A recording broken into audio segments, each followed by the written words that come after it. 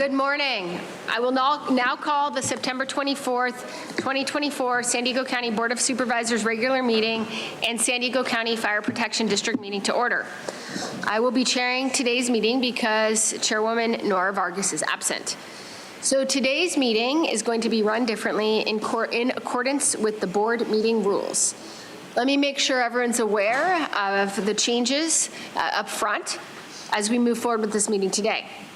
First of all, after the non-agenda public comment and the consent calendar, any discussion item with 10 or more speakers, individuals will have 1 minute to share their opinion. Again, for any discussion item with 10 or more speakers, individuals will have 1 minute to share their opinion. Number 2, if you disrupt the meeting, you will be given 1 warning. After that 1 warning, if you disrupt the meeting again, you will be directed to leave the chamber for the remainder of the meeting. If you choose not to leave, we will stop the meeting and the sheriff's deputies will remove you. And once you are removed, we will resume the meeting. 3, if you are not speaking in support or opposition of the recommendation, you are off topic and you will be given 1 warning and then will forfeit the remainder of your time. Again, if you are not speaking in support or opposition of the item, you are considered off topic and you will be given 1 warning. And if you continue to be off topic, you will forfeit the remainder of your time. Expressing your support or opposition regarding the item and recommendations for discussion is what is considered being on topic. If you choose not to leave the podium after your time is forfeited, we will stop the meeting and the sheriff's deputies will remove you, and once you are removed, we will resume the meeting. Again, these changes are in accordance with the existing county board rules. Additionally, if I have to step out of the meeting, Supervisor Joel Anderson, who is our chair pro tem, will take over the duties of leading the meeting until I get back. So we would like to begin our meeting today with the tribal acknowledgement. We'd like to take a moment to acknowledge the land that we call home. There are communities in the San Diego region that face unjust conditions and circumstances related to the environments in which they live. The tribal nations of the San Diego region are an example of one community that has historically faced such injustices. We acknowledge the harmony that existed between the land, nature, and its original peoples, who have since endured displacement, persecution, and systemic oppression. We pay our respect to the unceded territory and homelands of the 18 tribal nations in our region, the most in any county in the United States, from 4 cultural groups: the Kumeyaay, the Luiseño, the Cupeño, and the Kaiwe. We aspire to learn from indigenous traditional knowledge and experiences in undoing the injustices of the past. I now turn it over to the clerk of the board to call the roll. Thank you, Vice Chair Lawson-Remer. Supervisor Anderson? Here. Supervisor Montgomery-Stepp? Here. Supervisor Desmond? Here. Vice Chair Lawson-Remer? Here. So next, we will proceed with the invocation and the Pledge of Allegiance. Is Rabbi Devorah Marcus of the Temple Emmanuel here? Okay, unfortunately, our rabbi is not here today, but I would love to ask Andrew if you could please lead us in an invocation. Thank you.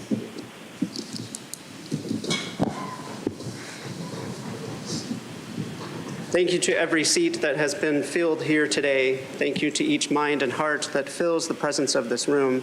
Help us all to act with character and conviction. Help us to listen with understanding and goodwill, and grant us the spirit of wisdom, charity, and justice. Give us steadfast purpose so that we may faithfully serve to promote the well-being of all people. Following the invocation, the Pledge of Allegiance will be delivered by Caitlin So.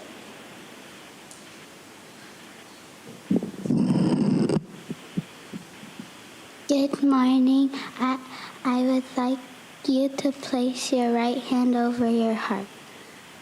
I pledge of allegiance to the flag of the United States of America and to the republic for which it stands, one nation, under God, indivisible, with liberty and justice for all. Thank you. Thank you. We will now proceed with the proclamations. The first proclamation will be given by myself, honoring Wellness Together. Accepting the proclamation will be Marlon Morgan.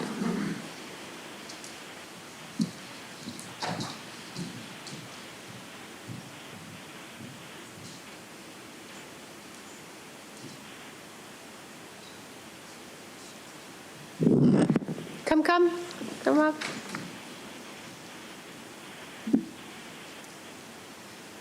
Thank you.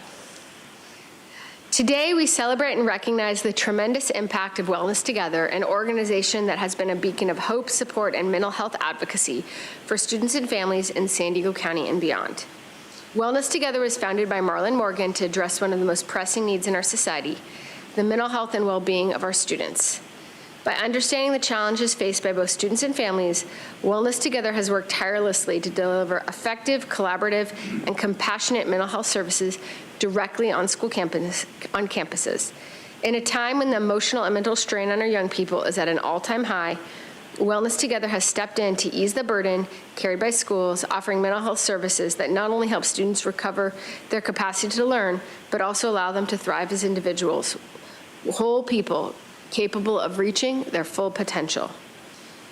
Their programs are not just services, they are lifelines for students, helping them navigate the complexities of life with support, guidance, and empowerment. Today, the County of San Diego recognizes and honors the outstanding contributions of Wellness Together. So thank you to Marlon Morgan, the Wellness Together team, and everyone who has contributed to their mission. Your work inspires all of us to prioritize mental health and invest in the well-being of future generations. Let today serve as a reminder of the importance of mental health and a call to action for us to continue supporting efforts that build healthier, stronger, and more compassionate communities. So now, therefore, be it proclaimed that on this 24th day of September 2024, by all of the San Diego County Board of Supervisors, that we commend Wellness Together for their exceptional service, leadership, and commitment to public health. We are proud to declare today Wellness Together Day throughout San Diego County. Thank you. Would you like to say a couple words? Well, thank you, Supervisor Lawson-Remer, and thank you, Board of Supervisors, for recognizing the work that Wellness Together is doing in San Diego County. I am not Marlon Morgan. I am Robert Garcia, our Operations Director. Marlon had a speaking engagement out of town, so we're here, myself, Taylor Trotter, our Program Director, to receive this proclamation, and we're just so thankful and grateful for the investment that San Diego County and the Board of Supervisors is making in the youth of the community. We are honored and privileged to be a part of it, and looking forward to continuing to provide solutions to meet the needs of the youth behavioral health crisis that we find ourselves in right now, and invest in the future of San Diego alongside you. So thank you so much. Thank you. Thank you very much. Here. Here, someone got to get a photo.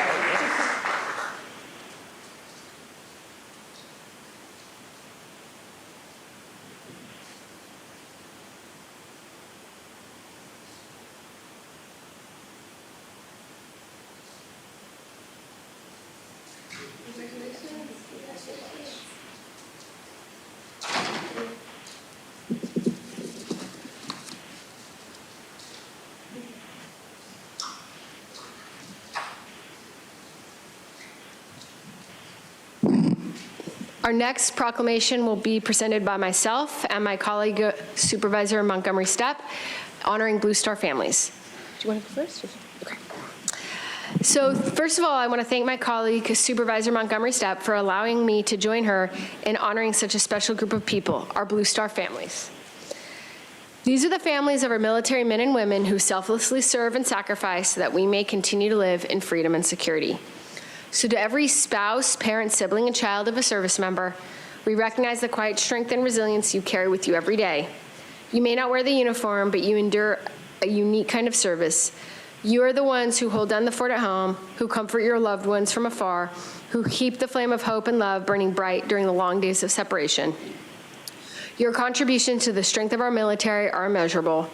Your support helps lift our troops, and your sacrifice is just as worthy of honor and recognition. We often speak of heroes who serve in uniform, but today we pause to acknowledge the heroes behind those heroes, our Blue Star families. You inspire us all with your courage, your perseverance, and your unwavering patriotism. So on behalf of the Board of Supervisors, we say thank you. Thank you for your sacrifice, for your love, and for the sacrifices your families make in the name of service to our country. Your strength is the backbone of our nation. May we continue to honor you not just today, but every day. So I now turn it over to Supervisor Montgomery Stepp. Thank you, Vice Chair Lawson-Remer. It really is a pleasure to join you in honoring this organization. I want to begin by expressing my appreciation for the incredible work Blue Star Families does in supporting military families. Your efforts to build connections between those families and local communities provide much needed support as they navigate the challenges of frequent relocations and new environments. Hundreds of thousands of military families face the challenge of moving to new communities, often leaving behind familiar faces and networks. It can be incredibly difficult to feel connected in their new surroundings. A sense of belonging can have a great impact on our well-being, and that is why Blue Star Week is a wonderful reminder of how important it is for all of us to reach out, welcome military families, and make sure they feel valued as a part of our community. We also must acknowledge the sacrifices that these families make, as well as the strength and perseverance that they display. It truly deserves our deepest thanks, and through the work of organizations like Blue Star Families, we can honor and support their journeys. As someone who understands the importance of community and also is a daughter of a veteran, I want to personally thank Blue Star Families for your tireless efforts. You remind us of the power of connection and how every one of us can play a role in making sure military families feel at home, no matter where life takes them. And with that, I'll just read the last line of the proclamation. Be it proclaimed by Chairwoman Nora Vargas and all members of the San Diego County Board of Supervisors on this 24th day of September 2024, that we commend Blue Star Families for their unwavering passion for military families and their outstanding service, leadership, and commitment to the citizens of San Diego, and do hereby declare September 21st through September 29th to be Blue Star Welcome Week throughout San Diego County. And with that, I'll turn it over to Maggie Meza, Blue Star Families Executive Director and of the San Diego County Chapter. Thank you so much, Board of Supervisors, for your support.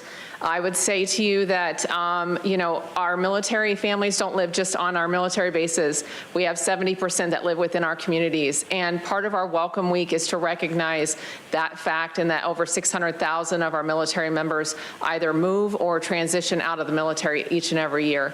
This week, we have a ton of events planned that involve our community and bring our military families to bridge that gap to get that sense of belonging. So I appreciate all of your help and your support of our awesome military town.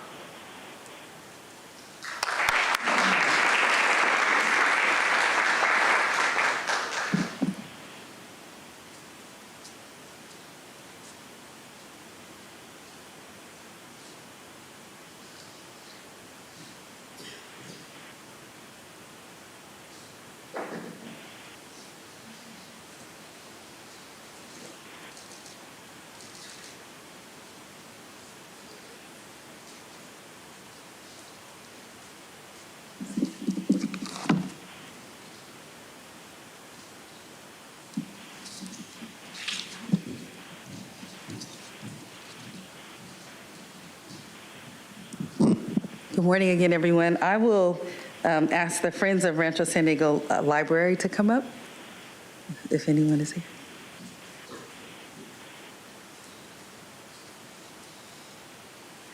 It really is such a pleasure to be here today to honor the incredible Friends of the Rancho San Diego Library. I want to begin by sincerely thanking you for your dedication and the love you pour into supporting our local library. The Friends of the Library are not just supporters, you're the heart of this library. Your commitment to raising funds, volunteering, and advocating allows the library to go above and beyond by enriching the lives of so many in our community. Because of your efforts, the library serves as a hub for learning, culture, and community, from educational programs and literacy initiatives to supporting seniors and local artists. Your contributions ensure that everyone who walks through those doors feels valued and supported. Your hard work organizing book sales, collecting donations, or fundraising directly impacts the library's ability to thrive. With your dedication to spreading the word about all the great things happening in the library, you are strengthening its presence and enhancing the experience for the entire community. It's an absolute honor to present this proclamation to the Friends of the Rancho San Diego Library today. This is a small token of our deep appreciation for the incredible impact that you continue to make. So I will just have you come up and say a few words. I'd like to just take a moment to thank the Board of Supervisors for funding the expansion of our new bookstore. Construction was finished in January, and our sales have already exceeded our pre-COVID levels thanks to our hard-working volunteers. We have about 20 volunteers that cover our shifts, work 6 hours a day, 6 days a week. We're formed 25 years ago, and we continue to support the library with buying new books, funding programs, and buying equipment. And we'll continue that support. Thank you. Thanks for the recognition.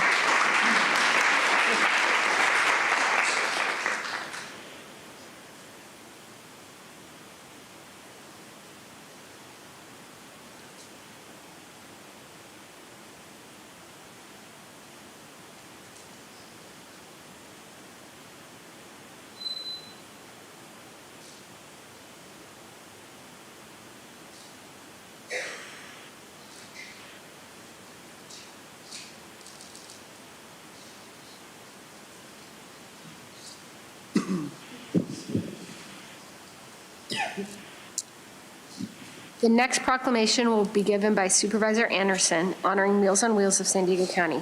Accepting the proclamation will be Willie Gloria.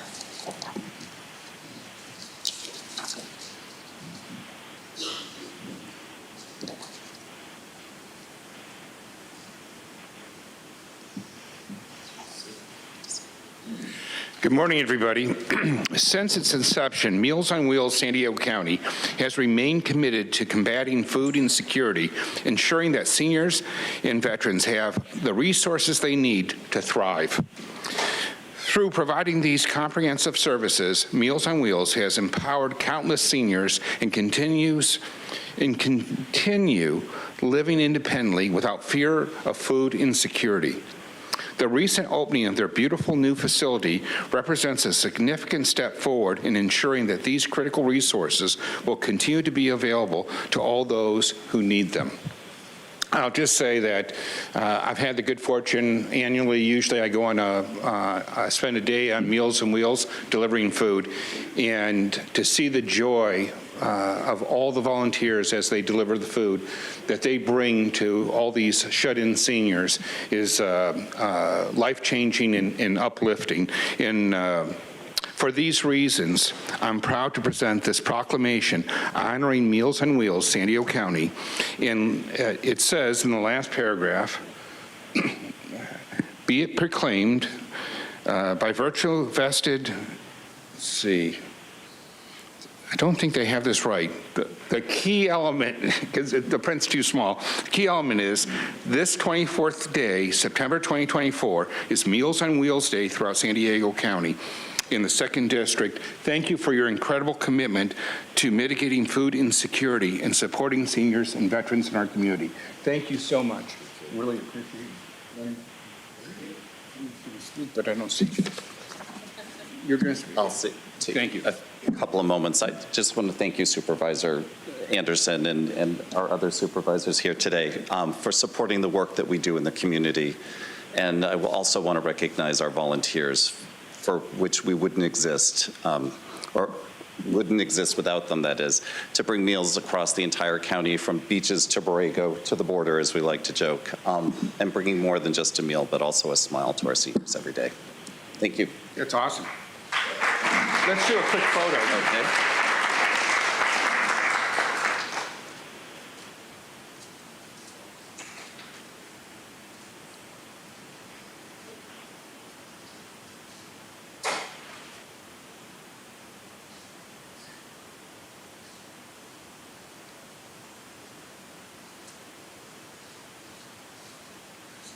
Thank you so much. Appreciate it. Okay, so our next proclamation will be given by Supervisor Desmond honoring Palomar Family Counseling Services. Accepting the proclamation will be Lisa Turner.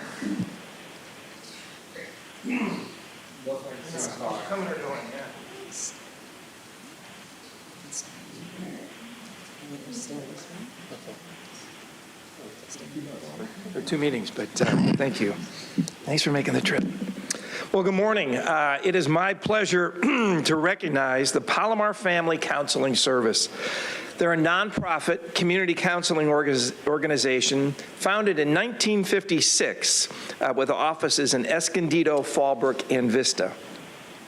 The agency has approximately 90 dedicated staff that provide clinical services in offices, schools, child development centers, and community sites all over North County. They aim to resonate on a personal level, making every individual feel understood, valued, and genuinely cared for. In the last year, the Palomar Family Counseling Services have served over 6,700 youth at more than 50 North County schools, addressing issues such as depression, anxiety, self-harm, suicidal thoughts, anger management, impulse control, bullying, family issues, substance abuse, and grief and loss. It's very unfortunate that many of our youth today suffer these mental health issues, but Palomar Family Counseling Services is helping out. Of the 6,700 youth, over 1,300 of them had moderate challenges, and 320 struggle with severe high-risk diseases and issues. 5,000 elementary and middle school youth, though, have benefited from comprehensive screening, prevention, and early intervention services. Unfortunately, suicide is a second leading cause among people aged 10 to 14 years old, and the third leading cause of death among those aged 15 to 24 years old. So many of you know that September is actually National Suicide Prevention Month, and it reminds us there are steps we can take to look out for our loved ones and people in our community who have been impacted by this leading cause of death. Almost every practicing therapist will treat a client who is struggling with suicide, so prevention and training are literally life-saving. And happening today, the Palomar Family Counseling Services will host Healing Through Understanding, Integrating Personal Loss into Suicide Prevention by Whisper Snyder, who will be speaking passionately and authentically from loss and experience.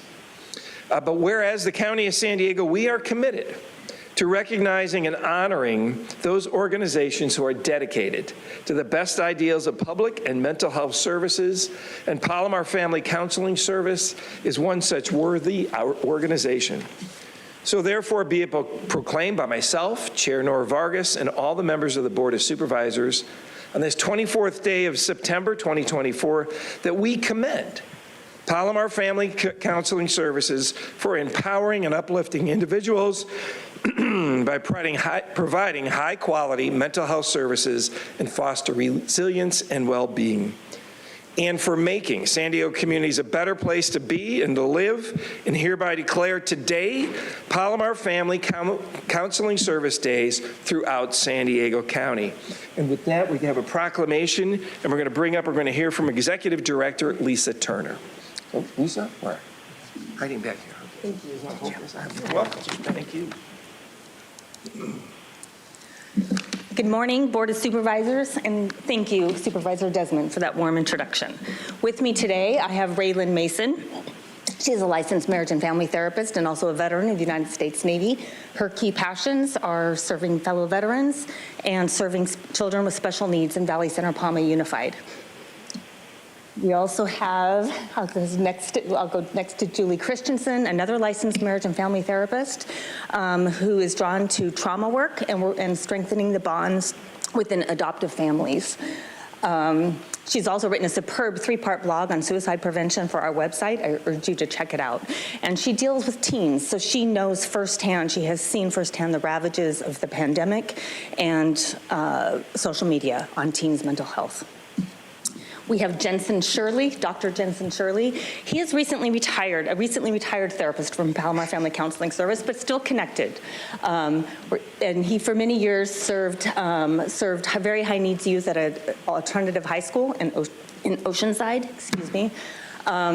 His passions continue to be working with veterans and troubled youth who so often fall through the cracks of the cracks in our conventional systems of support. And we also have, from our board of directors, Ron Rosel, our vice president. He's a longtime Vista resident and is also a veteran of the United States Marine Corps. I just want to say at Palomar Family Counseling Service, everything we do stems from two fundamental principles. One, that everyone possesses strengths and the capacity for positive growth, and two, that everyone deserves access to high-quality, affordable mental health support. The county is facing a crisis. Rates of depression, anxiety, and hopelessness are sky high amongst youth. Many veterans are dealing with post-traumatic stress disorder, and they're living lives of quiet despair, reluctant to seek help. The 0 to 5 population is arguably the most vulnerable to mental health, challenges for stressed families, which makes early intervention critically important. And while no one is immune, some populations are more vulnerable to behavioral health challenges than others due to stigma, discrimination, and isolation. Notable populations affected include Black, Indigenous, and people of color, seniors, those without stable housing, and members of the LGBTQ community. We at Palomar Family Counseling Service aspire to a future where all individuals receive the care, skills, and support they need to thrive and to contribute to their communities in which they live. There's still much work to be done, which is one reason we are very pleased to see on the agenda the behavioral health continuum framework for the age span 0 to 25 on the agenda today. We are bolstered by your support. We're very appreciative of the recognition, and thank you for this honor. All right, Lisa, thank you very much. Can you get a picture back here?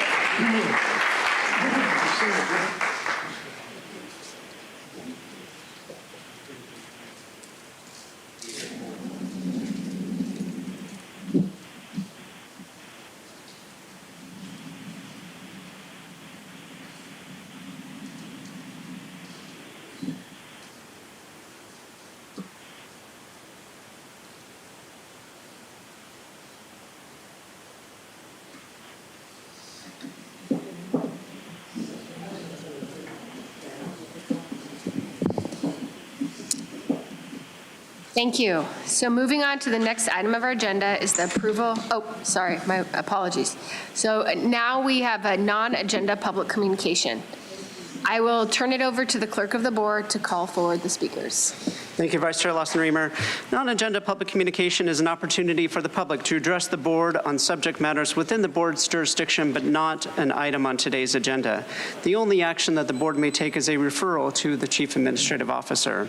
According to the board's rules of procedure, public speakers that are non-English speaking and need interpretation assistance will get twice the allotted time for their comments. The rules also state that audience members shall not whistle, clap, stomp feet, or anything that disrupts the proceedings. We have 21 requests to speak on matters not listed on the agenda, 7 in person, 14 requesting to speak by phone. For those that requested to speak by phone, please dial into the conference line using the instructions that were provided to you. We'll begin with the in-person speakers. In accordance with the board's rules of procedure, we'll hear from the first 5 speakers in person. All the remaining speakers will be heard at the conclusion of today's session. As your name is called, please come forward and stand on the arrows until it is your turn to speak at the podium. You'll have 2 minutes to address the board. We'll ask you to please begin by stating your name for the audio record. We'll invite forward the first 3 individuals, Michael Brando, John Hammerstrand, and Mark. If I've called your name, please come forward. Michael, toxic positivity. Toxic positivity is a resistance, a dismissal, a suppression, and avoidance of negative thoughts, negative emotions, negative realities. It is a pushing against what is unwanted. It is a refusal to accept something. It is a war on what is. This requires a great deal of energy and focus. A lot of energy is going into and towards the very thing a person is trying to avoid. This means the issues will not only persist, they will grow bigger until one cannot run away from them anymore. Toxic positivity is not a coping mechanism that will work long term. And when it doesn't, the negativity reality one will be sitting in will be far worse than it was to begin with, and far worse than it would have been if one was to face the negative aspects of reality to begin with. This describes most everything this board does, including Tara Lawson-Remer, but I'm going to apply it to the horse abuse and neglect issue in Rancho Santa Fe. Tara, why are you enabling horse abuse, horse neglect? And moreover, Jim, why are you enabling it by lying? On August 28th, you gave a spiel where you flat out lied multiple key witnesses of what has been going on at Craig Netwig's and Deborah Barkley's ranch in Rancho Santa Fe. Truth, on September 11th, on her non-agenda comment, called in late in the afternoon and went down the line about all the lies that are being told. More will be forthcoming about this. Thank you. Next speaker, please. Next speaker, please. Thank you.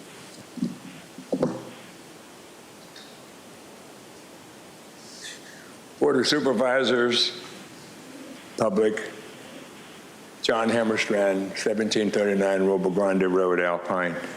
And I'm here regarding the request for proposal, RFP as we call it, for the Gillespie Airport Sky Harbor hangars. Also, there's a 75-acre parcel that used to have a racetrack on it back in the 50s with the Brucker family, with my navigator trainee. And now all of that has expired. And what we were looking for, there were four of us that started a little management company, and we were asking for specific standards for an RFP, and when will the RFP be let for the 75 acres, and at the 75 acres, we were asking 5 of the 75. We know it's trying times to treat the poor citizen, the average citizen, and those citizens with all the unlimited dollars as equals. We're not equal. You know, and I know to compete with the million zillionaires is almost impossible, because they have a lot of political influence, right, Mr. Anderson? With Small Business Administration, they're asking us to present your pre-qualification standards and the standards that you need to meet. And this is with City of El Cajon, county government, and the federal FAA, the federal government, which is Federal Aviation Administration, FAA. And we're trying to set up so that we can have a efficient lease, and we think it'll be about 30 or 40 years, hopefully that I may be around if I can live to be 142. And where's the policy for pre-qualification? Thank you. Thank you. Your time is up. Next speaker, please. As the next speaker is coming forward, I'd like to invite the remaining speakers in person, Brian Rumbaugh and Stephen Cash. If I've called your name, please come forward and stand on the arrows.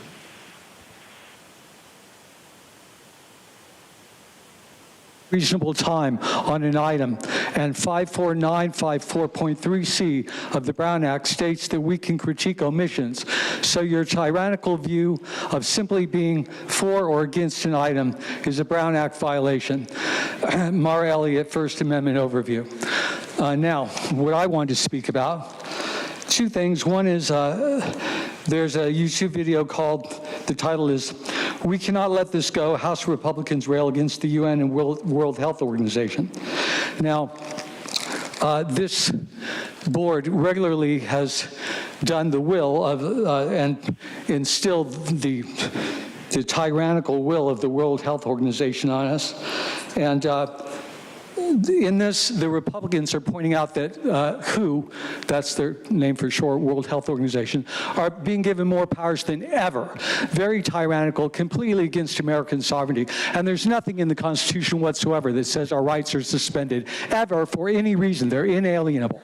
So, but the Republicans, I'm not right or left, the Republicans thought it would be great to say, oh no, Congress has to vote about this. No, Congress cannot vote away our rights either. They are inalienable. Now, secondly, another title is South Korea, this is of an article.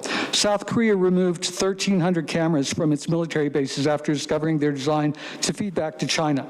Now, basically, you guys have nothing in place. We have cameras all over the city. I'm sure you guys technically know nothing, as I don't either.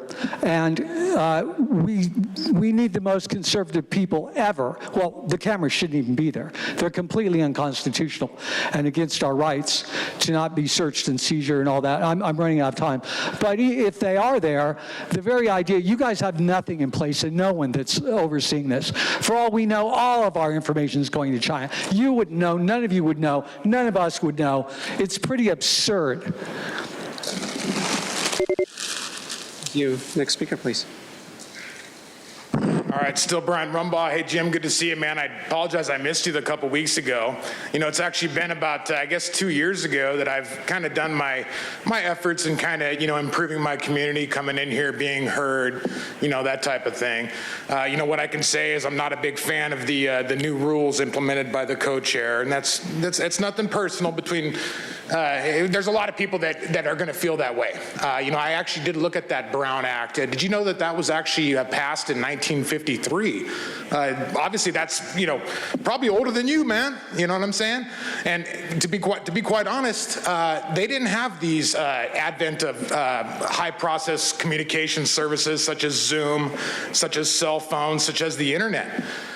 So when I've done my duty, trying to be an engaged citizen, coming in here and really trying to improve co-create the world that I know that we all want to see improvement in. And when I come up here and speak, it's literally 1 or 2 minutes right before you guys are deciding upon your vote is really what it boils down to. It's literally a formality. And what I can say is just imagine a world where the citizenry had input much more than the 3 days prior where you guys actually release your agendas. Maybe just imagine if you had input on an item a week and a half, 2 weeks before. Imagine if your job was so much easier because the citizenry shouldered more of the burden of living in an organized society. There's really some interesting stuff that's come out. I highly suggest you, my friend, look up Sean Taylor. He's an assistant police chief. He did a press conference yesterday. It goes into human trafficking, child sex trafficking, the fraudulent of the mortgage industry. We have an ethically bankrupt society, and it's got to change. Thank you. Next speaker, please. Hello, Stephen Cash. I'm here to ask you to bring back integrity and retrain your staff and the people in your government so that people like myself aren't continued to be victimized and falsely prosecuted in the courts of law. In 21, I was arrested twice on charges of vandalism.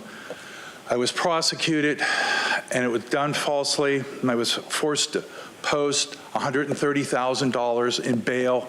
I was serving time in jail for about 4 days, and I filed a suit against the county and the sheriff's department, and I'm asking that you set example here with the employees who misuse their positions of power, and this is your attorneys, are Claudia Silva and Jennifer Martin.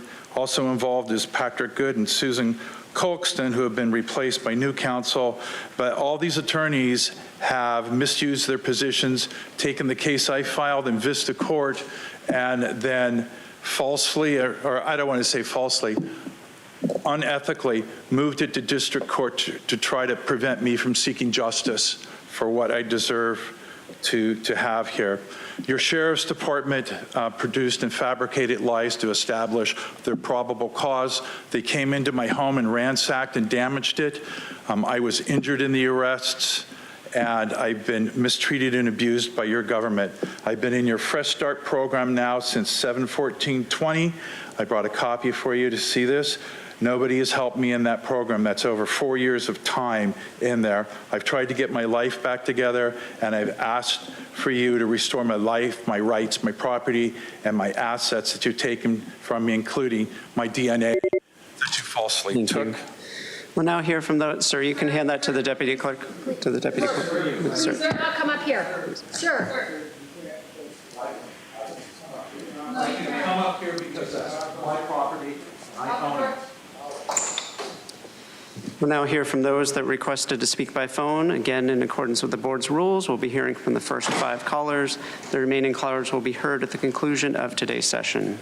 When it is your turn to speak, you will be unmuted and you will hear a recording that will tell you to begin your comments after the beep. I'll remind the callers they should mute their TV or live video stream before they begin speaking. We'll start with our first caller.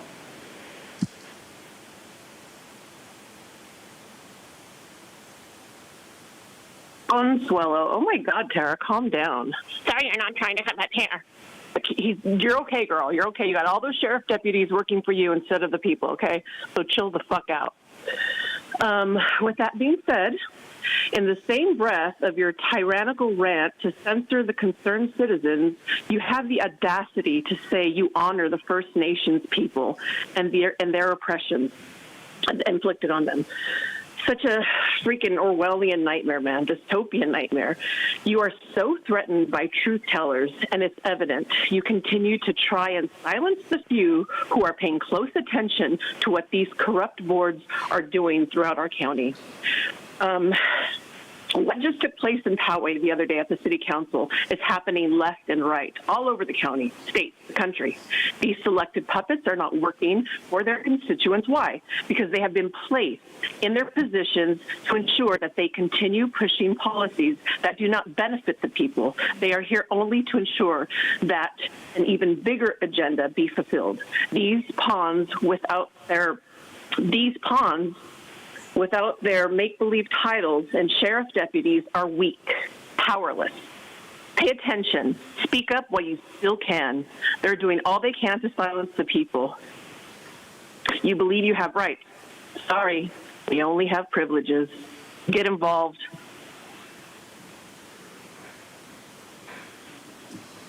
Thank you. We'll now hear from the next caller.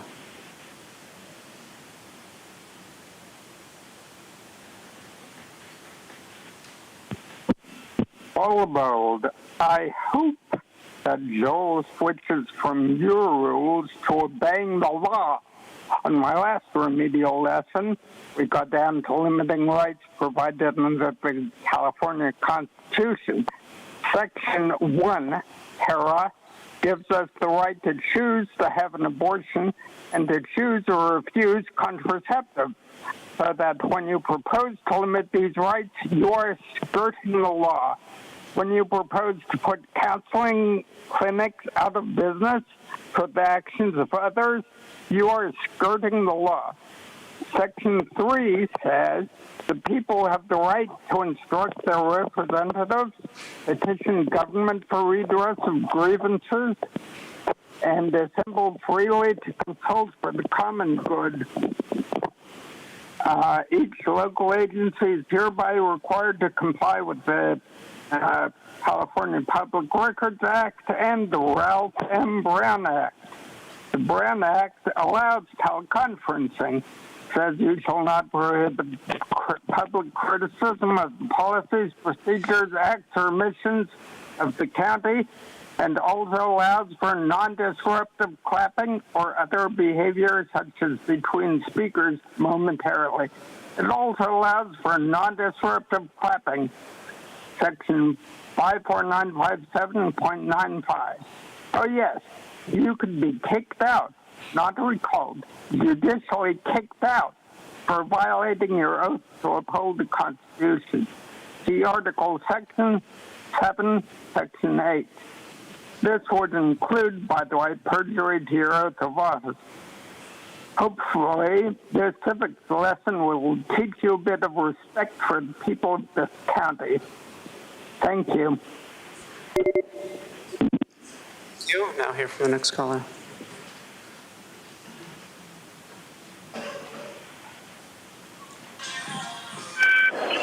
Justin James Castro, a.k.a. Gambler and Hermes. How you guys doing a fun, lovely day? I'm very, very happy that you guys have skin in the game on this election, which I believe no one's going to believe, and election fraud is going to get discovered.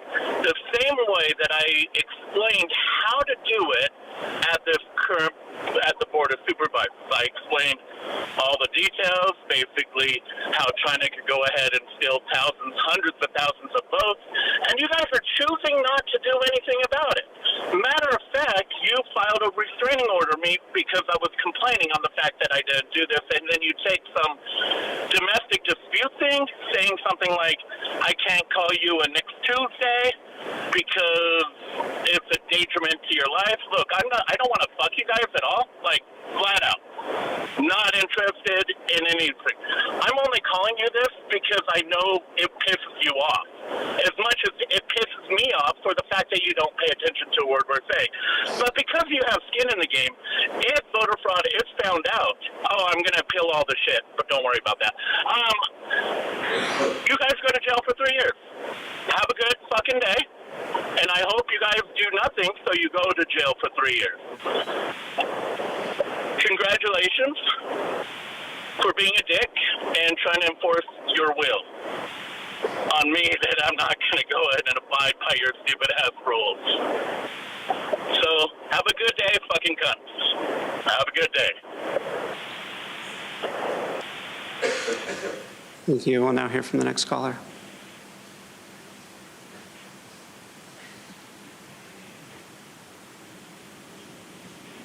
Hello, my name is Madison Rapp. Today I'm here to talk about a health concern for the youth in our community.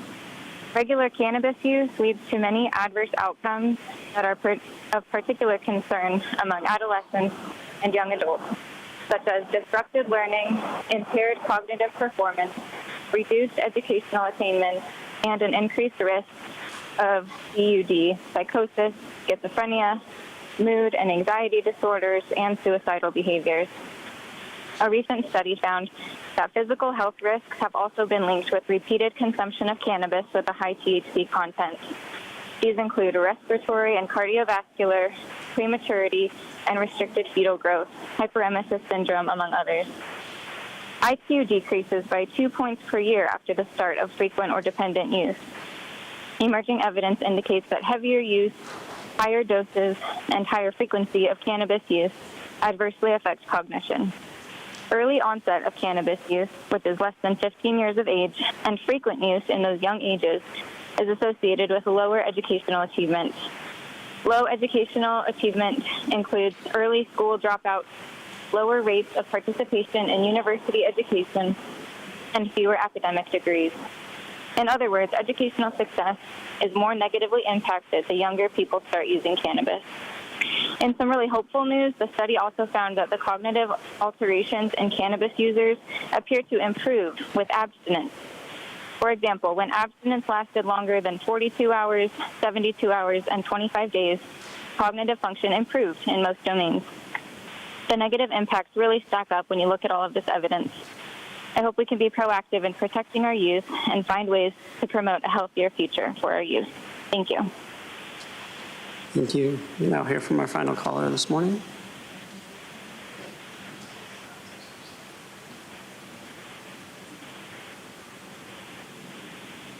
Good morning, Board of Supervisors, Chair Vargas. My name is Terry Ann Skelly. I'm a mother of 3 adult sons and a public health educator and community group attendee. I often share tobacco and marijuana vaping and smoking information, especially secondhand smoke, with teens and young adults in our county schools and to my sons.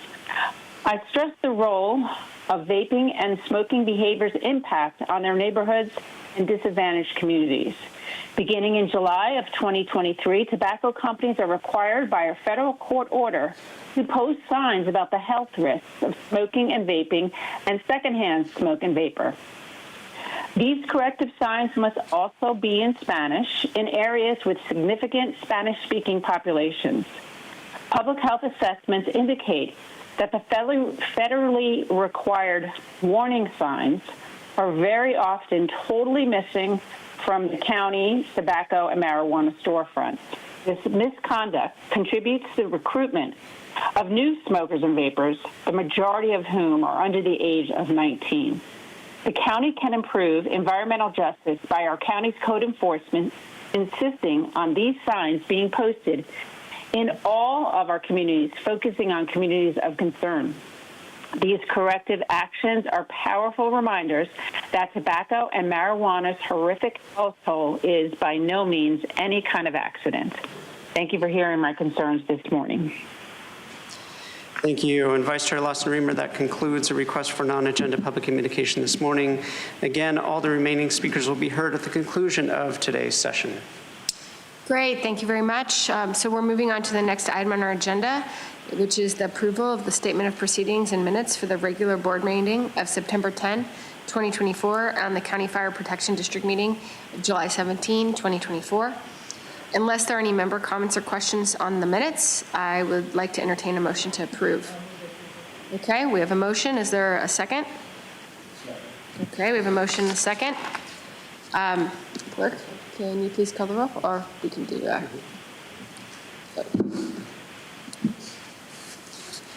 Vice Chair Lawson-Remer, that motion passes unanimously with all supervisors who are present voting aye. Okay, thank you. We're now moving on to the consent calendar. This is items 1 through 10 and Fire Protection District item number 1. So as we proceed with the formation of our consent calendar, all agenda items on the consent calendar are considered to be routine and will be acted upon with one motion. Members of the public can comment on the consent calendar after the supervisors pull any items they would like to pull for discussion. Supervisor Anderson, are there any items you wish to be pulled for discussion? Supervisor Montgomery Stepp? No items. I just have a couple comments on, I would not like to pull any items. I have a couple comments on items 4, 7, and 9 very briefly. On 4, I just want to take a moment to highlight the great work that is being done through the no-cost transportation program operated by our partners at Jewish Family Service. It's my great pleasure to advocate for the continued fiscal support of this program by the county as it provides such vital services for our seniors and helping them maintain their health and independence. The no-cost transportation program provides up to 100 miles of transportation per month to eligible older adults who reside in one of the 39 health equity zip codes. That's over 19,000 one-way trips for over 300 seniors throughout the region. It's an extremely important program, and I just wanted to highlight it. On number 7, just want to highlight the fact that these are over 200 new units of housing. Some of them are in District 4, Presidio Palms, and Project in El Cerrito. We are doing this work. Sometimes it goes a bit unnoticed, but just want to point out these are permanent supportive housing, which is the gold standard of programs to help unhoused individuals get the supports they need to regain self-sufficiency. Lastly, I just want to congratulate, provided that this passes, those that we are appointing to various boards and commissions that we have here at the county. John Davis for the Rancho San Diego Local Park District Advisory Board, Samantha Gazzardo to Fish and Wildlife Advisory Commission, Mr. Jonathan Kimball, San Diego County Parks Advisory Committee. I want to thank them for their service. And I will move the consent agenda if you need that. Thank you. Thank you. We have a motion. Supervisor Desmond, any items to pull or any comments to make? I just have a comment on item 7. This is the Home Key project. I voted against these projects in the past because, unfortunately, I've seen firsthand there's positive, but there's also many negative impacts with the Housing First projects have on our communities. A Housing First project in Carlsbad is still wreaking havoc in a neighborhood, overloading calls to local law enforcement with no accountability as who comes and who goes on and off these properties. This one in particular, too often I think we always say there's going to be wraparound services, but that turns out not to be the 24/7 services that are needed to be good neighbors. North County and neighboring cities in North County no longer want any of these projects in these communities, in their communities, unless we have the proper oversight is provided to be good neighbors. I'll support the item because all we're really doing is receiving the report, but there's still a lot of work to be done. Thank you. Thank you very much. I have no items to pull. I wanted to make a remark on item 4 and item 7. So the item 4 is the extension of the no-cost ride share and basically transportation services for older adults. And I think this is great for lots of reasons. It's really great that we're helping make people continue to be independent, but also it's a really good idea for people who aren't able to drive to not be driving. So that is, I think, a contribution to public safety as well as a sort of investment in our older adult community, just recognizing the reality of cars in San Diego and how reliant people are on that. So I know we're at the point of having provided rides to over 500 adults. I hope to see this expanding in the future and would love to see it in District 3. So that's great work. And then on item 7, which is our home key update, you know, this gets kind of oftentimes, right, we lead these big initiatives and we call for stuff and we fight for stuff on the board, and then it comes back like packaged in a consent item as an update, and just sort of a check the box like, oh, this is happening. So I do want to uplift and say, hey, this is great. This is really good. This is $55 million in funding from the state, and this is how we're going to be able to continue opening beds for people to get off the streets. You know, 239 affordable homes. That's a lot. That's a really important investment. And, you know, I also think one of the things that's definitely come to light over the last couple of years, talking to a lot of our community partners and advocates, is the importance of these SROs, these really, you know, very, very low cost places for individuals to sleep that we shut down. And no, we didn't shut down, but the old previous regional leadership in San Diego County had shut down. And so I think it's great that we're looking at being more creative on different kinds of housing opportunities and building out the SROs. So I know we have made a lot of strides in the last 3.5 years in terms of funding over 3,000 affordable units here at the county, and I think this is another big step in that direction, so thank you very much. Okay, with that, do we have any comments from the public? And as a reminder for the public, please keep your comments related to only those items on the consent calendar. I discussed this at the beginning of the meeting. If items are off topic, you will be given a warning and asked to keep your comments on topic. And if they are still off topic, you will forfeit the remainder of your time. Thank you. Oh, do you have a second? My colleague, Supervisor Montgomery said, great, thank you. Thank you, Vice Chair Lawson-Remer. We have 14 requests to speak on items on the consent calendar, 5 in person and 9 requesting to speak by phone. Any individuals that requested to speak on the items on the consent calendar by phone, please dial into the conference line using the instructions that were provided to you. We'll begin with the in-person speakers. As your name is called, please come forward and stand on the arrows until it is your turn to speak at the podium. I'll be calling you in groups of 3, so I'll ask you to please listen for your name. I'd like to invite forward Bill Irk, Joe Hausler, and Mark. You'll have 2 minutes to address the board, and please begin by stating your name for the record. Also, as the chairwoman, vice chair indicated, when speaking, please identify which items on the consent calendar you are speaking about when you begin your comments. Yes.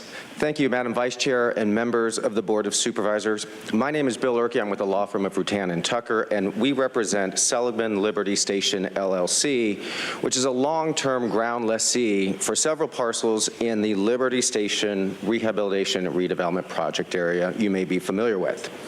I delivered yesterday a letter via email through the formal channels and to each one of your offices addressing consent calendar items number 5 and 6, the proposed compensation agreements that have been proposed by the City of San Diego. In that letter, and again I request here, a 2-week extension so that I may speak with the appropriate deputy in the county counsel's office as well as appropriate city staff to discuss these proposed compensation agreements. As referenced in that letter, we prevailed last year in a judgment and writ of mandate against the City of San Diego, and I'd like to read real quickly an excerpt from that judgment and writ, in which the Sacramento Superior Court held, quote, the reasonable time within which the city should have exercised discretion whether to diligently pursue compensation or initiate the ownership transfer process is a time that has certainly expired over the last 8 years. Indeed, it would be illogical for this court to hold the city has the discretion to decide whether or when to act with respect to the future development properties in perpetuity. Such holding would violate the intent of the redevelopment dissolution law. I bring that up because Section 3 of both proposed compensation agreements in Agenda Item 5 and 6 have this exact provision where it says that the city may not ever compensate the county or the other affected taxing entities. That last sentence is contrary to what the writ of mandate requires. Our office did reach out to the... Thank you. Your time is up. Thank you. Next speaker, please.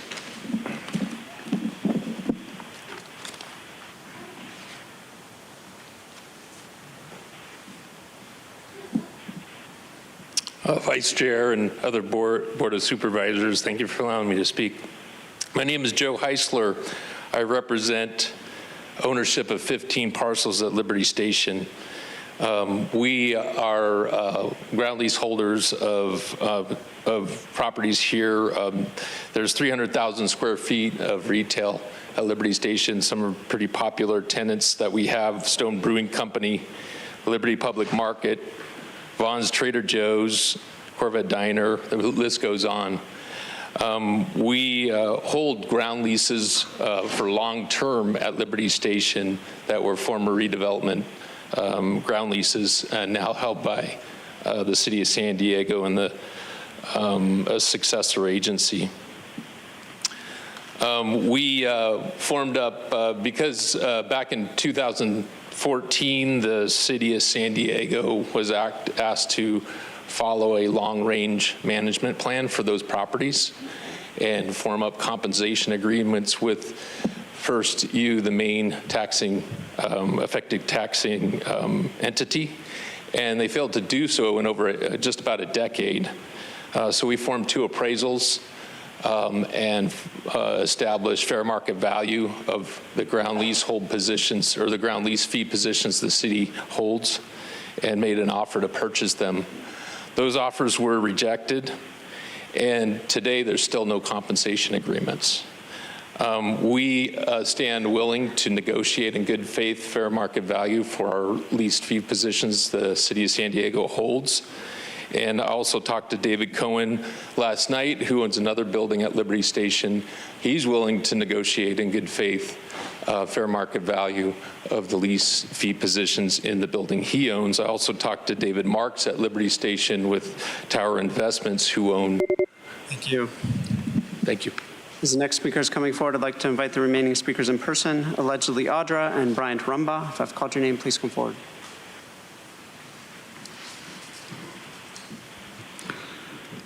Mark, item 3, supervisors claim prematurity and low birth weight are among the leading causes of Black infant death, and factors responsible for this gap include institutional racism, class oppression, and gender discrimination, which cause a lack of job security, healthy food, transportation, and quality education. I am not against helping Black people, in fact, all poor people, but I do question what you feel you are doing wrong to reduce their access to healthy food, transportation, and quality education in this population. Gender discrimination is illegal in state and federal law. I doubt you have institutionally disadvantaged black people from receiving these services. So I wonder why you claim these causes, which, if true, could only be produced by your incompetent governance, such as not exposing the Federal Reserve, which causes inflation, enslaving everyone. Monica Stepp is paid very well as she ignores House Resolution 8421, which would stop inflation, but has a huge flaw in not holding the Fed bankers liable in Section 3, assumption of liabilities, which needs to be revised. How does former senior advisor to the U.S. Treasury Department, Tara Lawson-Remer, neglect to address inflation, which is causing present-day slavery across all ethnicities and is the main cause of item 7, housing problem, and perinatal stress? Supervisors have consistently refused to discuss my 12,000 3D printed rooms solution, which will cost hundreds of millions of dollars less than Todd Gloria's 1,000-bed scam or taxpayer-subsidized rent on mixed-use housing.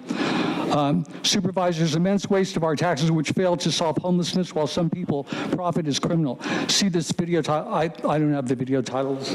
Well, I do. Here, and my time's not up. Here they are. And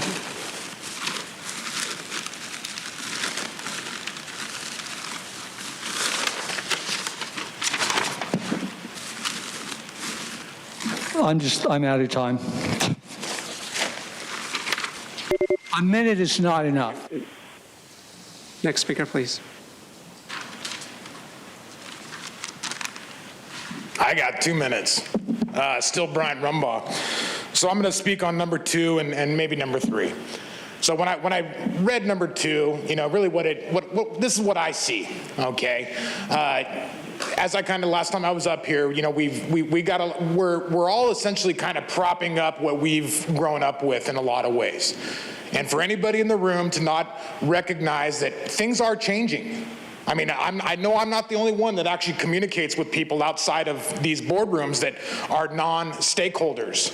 Okay, I mean, I understand that that's the system that you guys are used to, but that is coming to a change. When I look at that Vera risk, I look at the entire insurance industry. We definitely have a lot of scam artists, and it's unfortunate. I mean, I was listening to another local city council meeting where literally an engaged citizen was talking about a gentleman who has sued damn near every municipality in this entire county. Proverbially. We need to have some sort of a tar and feather type situation. I'm not saying we need to go back to, whatever it was, the horse and buggy days, but we need to somehow hold ourselves and our community members to a higher standard. A lot of people have had a very much so a free ride their entire lives. And we shouldn't put up with it. What I'm going to say about number 3 is really this. All lives matter. The sanctity of life is important. We are not seeing the amount of newborn babies that we've grown accustomed to in our entire lives. It's almost a rarity when I see a newborn anymore. I find that unfortunate.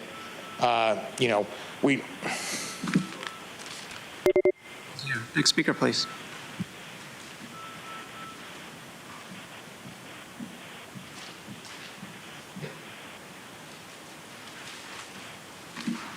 A person uses the name Audra. I don't have my Bible, and it was here to ward off the evil spirits, but that's okay. I got the Holy Spirit in me. Anywho, let's talk about number 3. It's a little bit weird when you are promoting babies to be killed, but I guess it's not a baby, right? When it's in the womb, it's just like a clump of cells. But then you want to do before and after care for birth. So it's like when you're promoting health, but then you're telling somebody to take a bioweapon genocide shot. Makes sense, right? Because everything you guys do is upside down and inside out. And for number 4, this transportation for older adults, it's like a lot of times people are being denied this service because they don't check all the boxes. So, whatever requirements are in this, it needs to be, so that everybody that is older can access it and they're not being denied for a certain reason, but that they can get around. For number 7, where's the update on the home key program? You said receive an update. So maybe you should not write that in the agenda if you're not going to be giving an update. And as this gentleman that came and went up and scared the shit out of you was saying, these programs don't necessarily always help people. They'll be waiting in it and they're not getting the help that they need. But it's a great way to get money, right? We love money. Love it. Love spending other people's money. And for number 8, you definitely should not be dealing with conflict of interest codes when you guys are engaged in conflicts of interest. That is just, but hey, right? I mean, it's just the way the world works, or just this government, or all governments, right? Because they're not really set out to help the people. They're set out to destroy their lives, and you're doing a very good job at it. So good for you. Andrew, I signed up for the phone, so please do not count 2 of me for the number of people, because I could see that happening, and then people are going to be silenced to 1 minute. We got to make sure we're doing the right thing. All righty. You will now hear from the individuals that requested to speak by phone. When it is your turn to speak, you will be unmuted and you will hear a recording that will tell you to begin your comments after the beep. I'll remind the callers they should mute their TV or live video stream before they begin speaking. We will start with our first caller.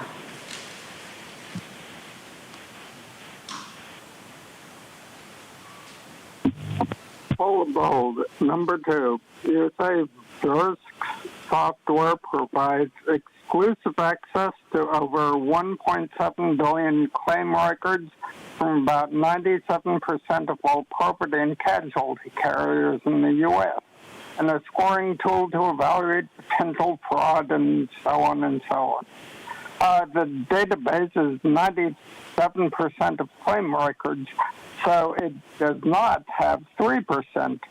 Does the DA have a mechanism to assure that this 3% is also properly included in the search for fraudulent claims? Also, the software has a scoring tool. Is it properly customized to search for California law breaches, which are probably different from the laws in other states? We should not have these basic questions on a sole source contract. 3, perinatal equity. You want to accept a $484,000 grant for black infants. Today, that is decent money for 4 or 5 checkups, but frankly, not much more if there are complications of surgery. And why just blacks? All babies are special. Latino, Native American, Asian, on and on. They all have special needs. Why restricted to 4% of the county population? And the number of women in this program helped is a drop in buckets. And things like bias training mentioned in the background section is something the hospital or medical school should provide from the beginning of a doctor's service. Stand up to the powers that be and say, no, this is peanuts. We can do this ourselves.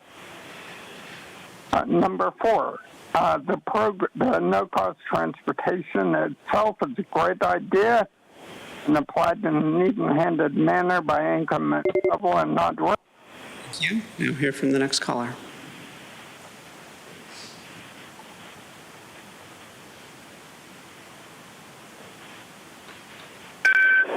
Hey, Gambler, Justin here. Hey, I was just going to talk about elections because I don't care about what you were saying, but I'm going to go ahead and talk about number 4. Number 4, apparently you guys are going ahead and doing apparently 500 people that you go ahead and signed up and they don't have to pay for rides. So basically, if people kiss your ass, you'll give them shit.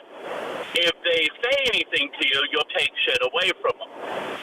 Like, you wanted to keep me quiet, so you kept me on the thing, and you promised me something that you could never give me, or you could, but you choose not to, which was the full disability, and now you went with partial because I spoke out against election fraud.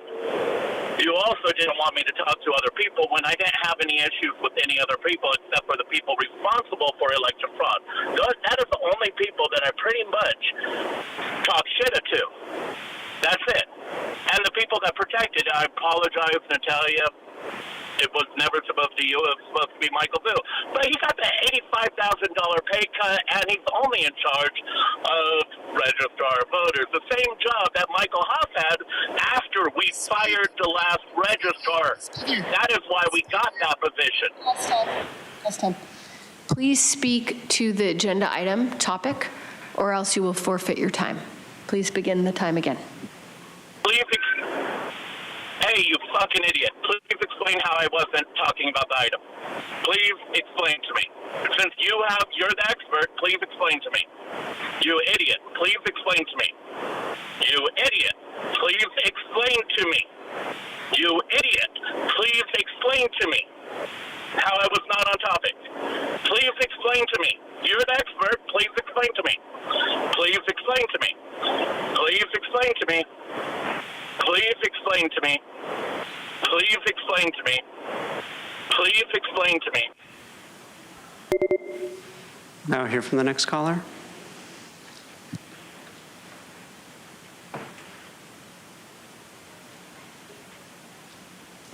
Good morning, Board of Supervisors. My name is Madison Rapp, and I'm speaking to item 3. As a mother of 3 children and a public health advocate, I am here to discuss reducing infant mortality and educating women about the impact of their choices on their children's health. One significant area of concern, especially when we're talking about equity with this issue, is the use of cannabis during pregnancy, which has become increasingly prevalent. Cannabis is the second most common psychoactive substance used by pregnant individuals following alcohol. Research indicates that elements of cannabis can pass through the placenta and impact fetal development. Frequent cannabis use during pregnancy is linked to low birth weight and other adverse birth outcomes.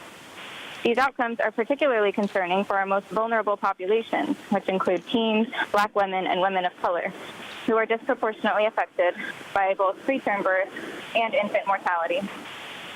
Additionally, cannabis compounds can enter breast milk, which further complicates the health outcomes for infants.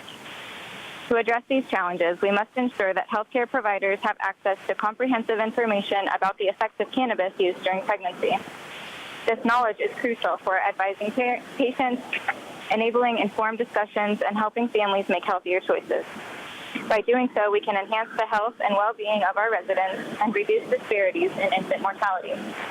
Thank you for your attention and commitment to this issue. Together, we can create a healthier, more equitable San Diego for all families. Thank you. Now hear from the next caller.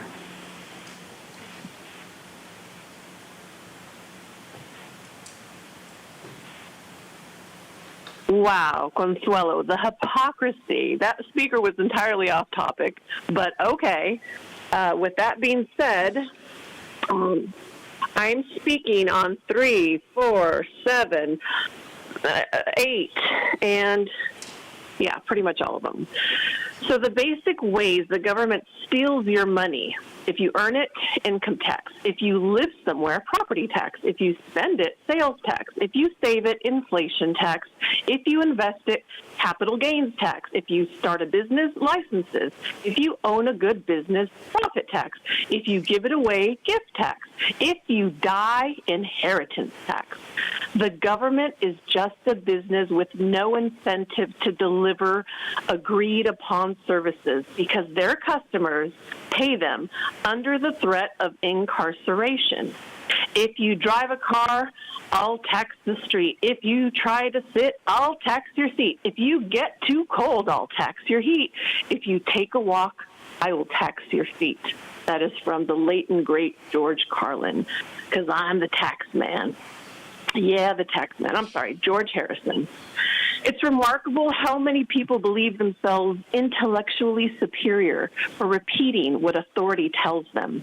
It's also remarkable how school is structured to reward students for repeating what authority tells them.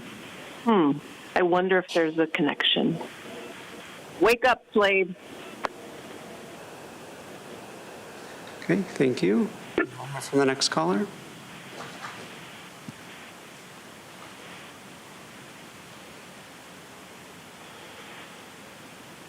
Hello, this is Catherine Rhodes. I'm calling regarding 5, 6, and 7. First, for number 7, for my supervisor, Tara Lawson-Remer. Please call me so I can show you how you could get those 10,000 affordable housing units that were destroyed in the Downtown Redevelopment Agency on the Successor Agency Recognized Obligation Payment Schedule, or ROP. We can do this. There's a solution. I got a whole bunch of money put onto the ROPS. I got $240 million put onto the ROPS that everybody said it would never work. You can't do it. And I did it. So please call me so we could get some justice for the 10,000 affordable housing units that were destroyed without the one-to-one compensation. And I just want to say something about NTC Liberty Station with these future development agreements. They have all Delaware LLCs. We have to know who we're doing business with. We don't even have the names of the people who own these businesses. When we have the redevelopment agreement, we're supposed to get 50% of the profit. We got 0% of the profit. McMillan got 100% of the profit. So before you do, when you're working on any of these for future development of NTC or anything like this for the other agency, please make sure that we get back our 50% of the profit from all the houses that they built. So all the houses that they built, all the things that we built, we should have gotten 50%. So anyway, McMillan still has a whole bunch of different buildings that they have not updated yet over there by the golf course over there. So they still have to do that. And then one thing I want to mention, the Linda Vista Road, if you could put something in there that, the roller skating rink is a historical building and can't be taken down for in future redevelopment projects. We actually get that roller rink right there. Everybody. Thank you. We'll now hear from the next caller.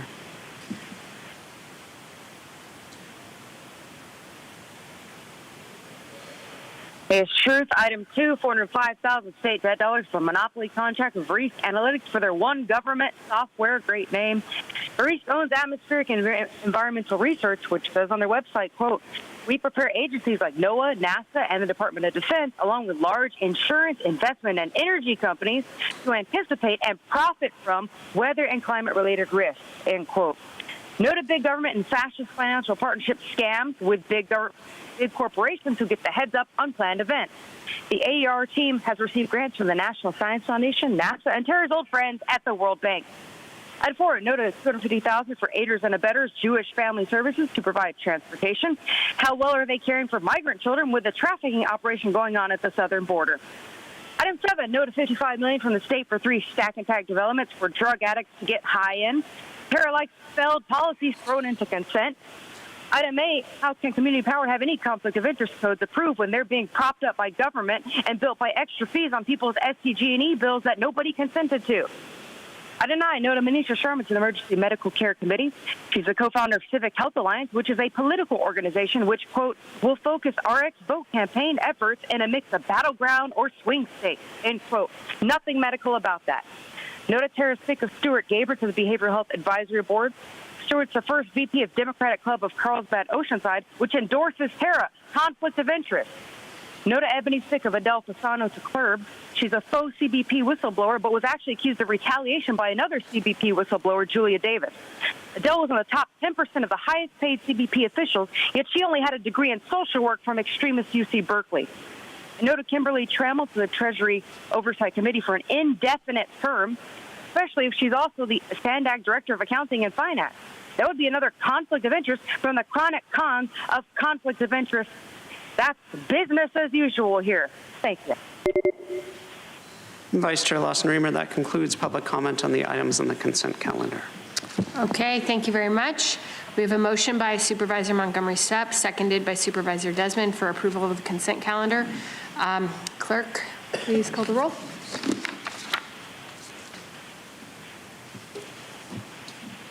Vice Chair Lawson-Remer, that motion passes unanimously with all supervisors who are present voting aye. Okay, thank you. We will now move to discussion items. For public's awareness, we will hear item 13 and fire protection item 2 first. So again, item 13 and fire protection item 2 first, and then we'll go in numerical order for the remaining discussion items. So to begin with item 13, this is update on the authorization to execute agreements for the partnership with the University of California, San Diego Health System for behavioral health services within the East Campus Medical Center. I would now like to hand it over to Ebony and Caroline for a presentation on this item. Thank you. Thank you so much. I'll give the team just a second. All right, I think everyone's ready. Good morning, Chairwoman Vargas, or Chairwoman Lawson-Remer, and members of the board. As you know, counties in California are responsible for administering specialty mental health and substance use services to residents that are eligible for Medi-Cal. The County of San Diego Health and Human Services Agency, Behavioral Health Services, is required to maintain a local network of mental health and substance use services and providers that meet the needs of Medi-Cal beneficiaries. In support of these efforts to build a robust continuum of care for behavioral health services, on May 21st, the Board of Supervisors directed that we enter into negotiations with the University of California, San Diego Health, or UCSD Health, for Medi-Cal managed care inpatient acute psychiatric services, emergency psychiatric, and crisis stabilization services, and to return to your board with an update and to seek further authority to execute an agreement and to establish appropriations as necessary.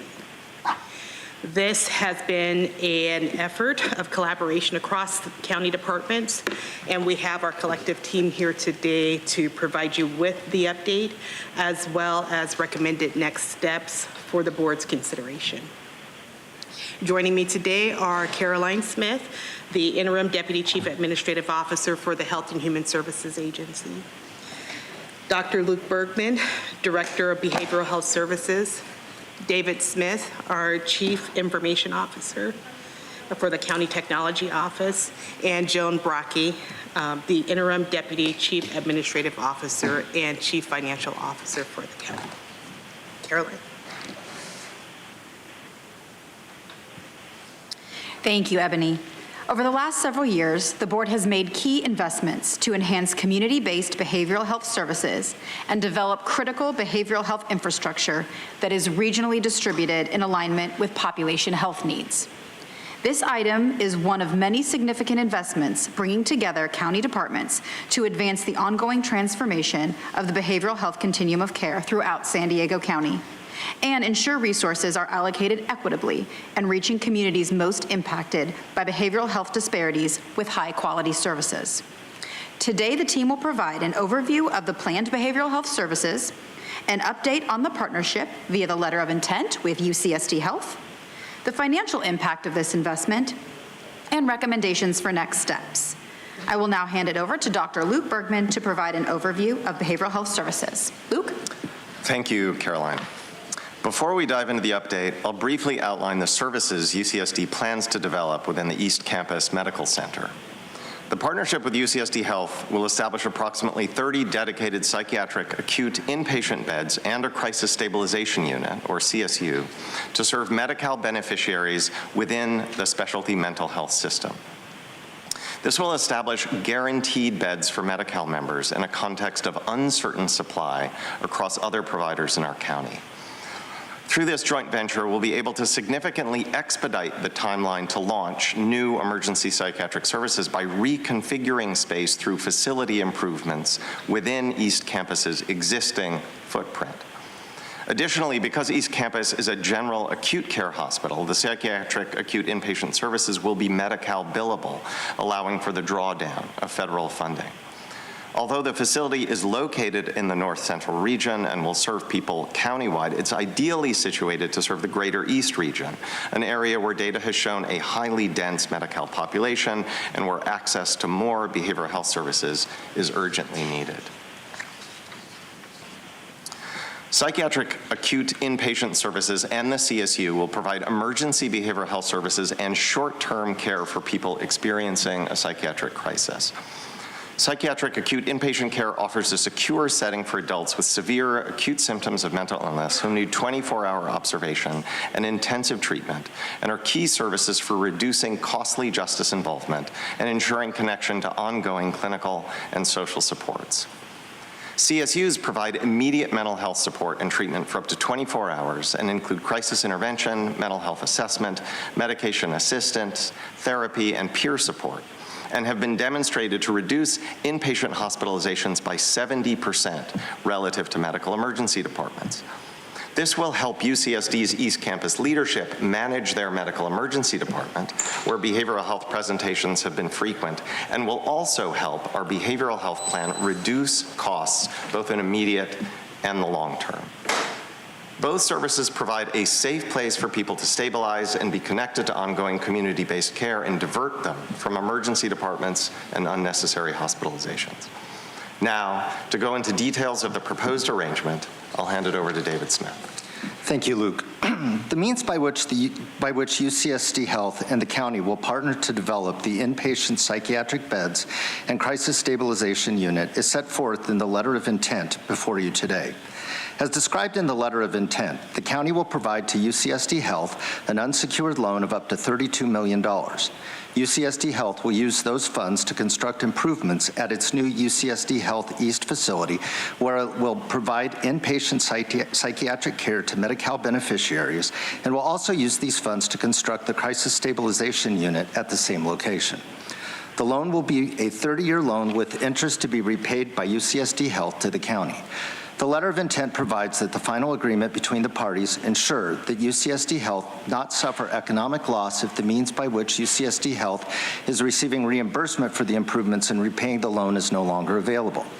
In addition to the loan, UCSD has already begun the process of preparing its Proposition 1 application for state funds that can support this effort. The county will support this application. Support of UCSD's application for Proposition 1 funds does not impact the county's ability to support applications for Proposition 1 funds from other regional healthcare entities. Any funds received will be used to fund the planned construction and will reduce the amount of county funds that must be loaned to UCSD Health. The agreement, however, provides that the project will go forward regardless of whether Proposition 1 funds are received. Finally, UCSD Health and county staff have agreed to an accelerated schedule to complete this process. That schedule is, by October 21, the county and UCSD Health will have completed the final loan agreements and other related agreements. By October 31, UCSD Health will have completed its Regents approval process. And finally, subsequent to those approvals, the county and UCSD Health will submit the documents to any regulatory agencies where final regulatory approval is necessary. The next several weeks will be quite busy, but we have made excellent progress, and the letter of intent sets forth the basic parameters of the final agreements that will allow this partnership to move forward. I now turn it over to Joan Brock. Okay. Thank you, David. The loan between the county and UCSD Health is anticipated to make use of the county's general fund reserve and bring it below the minimum requirement, which is 2 months of operating expenditures pursuant to the county's admin code. Our latest projections, which are as of third quarter fiscal year 24, assumed that the reserve would be near the minimum level based on anticipated operating results. While actual year-end results for 24 won't be known until later this year with the release of audited financial statements, we do know that the current year adopted budget makes use of $125 million of the reserve as it is, in anticipation of FEMA reimbursements. Today's proposed use of the general fund reserve would require a 4/5 vote and would provide for a loan to work in partnership with UCSD Health to establish behavioral health care at the East Campus Medical Center for people who are Medi-Cal eligible, and meets the county's criteria for the appropriation of the general fund reserve as it promotes the long-term fiscal health and stability of the county. Replenishment of the reserve, which is required in a 1 to 3 year time period, is anticipated to be supported by current year operating results, incremental growth in general purpose revenue, and any loan payments made by UCSD during this time. In addition to the specific impacts on the county's general fund reserve, I also wanted to take this opportunity to share the broader county financial context with you. So since we last presented to the board, we have updated information on the retirement fund, which is managed by the San Diego County Employees Retirement Association. This is something that we actively monitor, as retirement is one of the county's largest expenditures, about $850 million each year. And we assume that the fund will earn 6.5% in market returns. Anything above this assumed rate will contribute to lower retirement payments in future years, and anything above the assumed 6.5% indicates that we'll likely pay more. So an 11% return in 2024 is great news, and we're just starting out 2025. We will continue to monitor the fund's performance throughout the year, especially in light of the recent action taken by the Federal Reserve to change interest rates. However, we know that the performance of the retirement fund is just the returns of the retirement fund is just one data point, and growth in payroll also has an impact to the county's retirement rates. Now let's turn our attention to assessed value, which we monitor closely as property tax revenue accounts for the majority of the county's discretionary revenue or general purpose revenue. For fiscal 25, for this current year adopted budget, we projected AV growth of 4.6%, or about $1.9 billion. Since budget adoption, the assessor, recorder, county clerk has shared that actual AV growth for the current fiscal year is actually 5.5%. And while this is better than anticipated growth in the county's taxable assessed value, it happens against a backdrop of economic uncertainty. This uncertainty is reflected in the Federal Open Market Committee's recent action to lower interest rates as a way to curb inflation and sustain employment. The Federal Reserve monitors inflation and has approved a series of hikes to the federal funds rate since the beginning of 2022. And since mid-23 has kept the Fed funds rate steady at about 5.3% with a focus on reducing the rate of inflation. However, just last week, the FOMC made its first reduction, reducing the Fed funds rate by about 0.5% to a target range of 4.75 to 5%. It is anticipated that there will likely be additional decreases by the Fed by the end of this year as well. This is an indication that the labor market, which is seen to be slowing, may be gaining more of a focus than inflation now. As the Fed funds rate increases or decreases, interest rates, including mortgage rates, follow. As shown in this chart, the 30-year fixed mortgage rate is currently showing a steady decline and is now hovering around 6%, a 1% decrease compared to a year ago. A decrease in rates is anticipated to lower borrowing costs for businesses and consumers, which could boost hiring, retail sales, and home buying activity in the face of an unsteady economy. On the other hand, when interest rates lower, so do the return on cash balances from interest earnings. So we will continue to monitor the changes in rates and the possible impacts to county resources and demand for county services. In light of these various indicators that we monitor, today's recommended action to use the general fund reserve is intended to promote the long-term fiscal health and stability against the current economic backdrop, while the county partners with UCSD to expand the provision of behavioral health care in the region. And so with that, I'd like to turn the presentation back over to Caroline.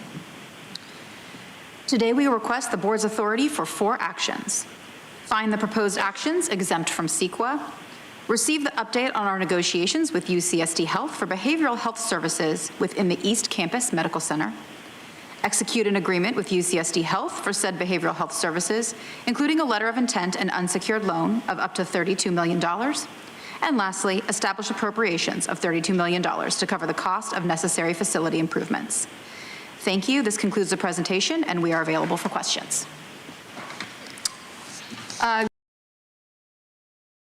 Begin actually with public. We have the Mason is here somewhere. Thought I saw her. Okay. Would you like to speak first on this item? Please.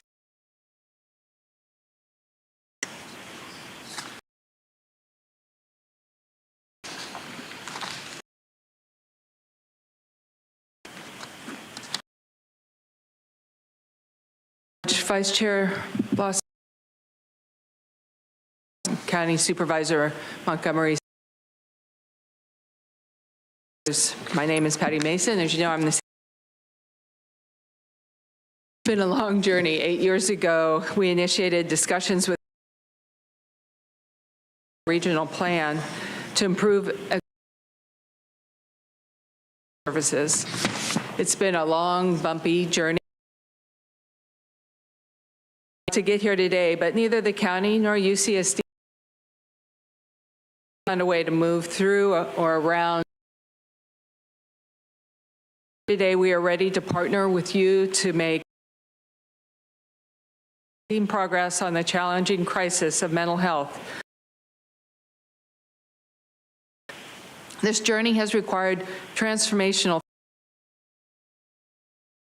partnership. I want to acknowledge tremendous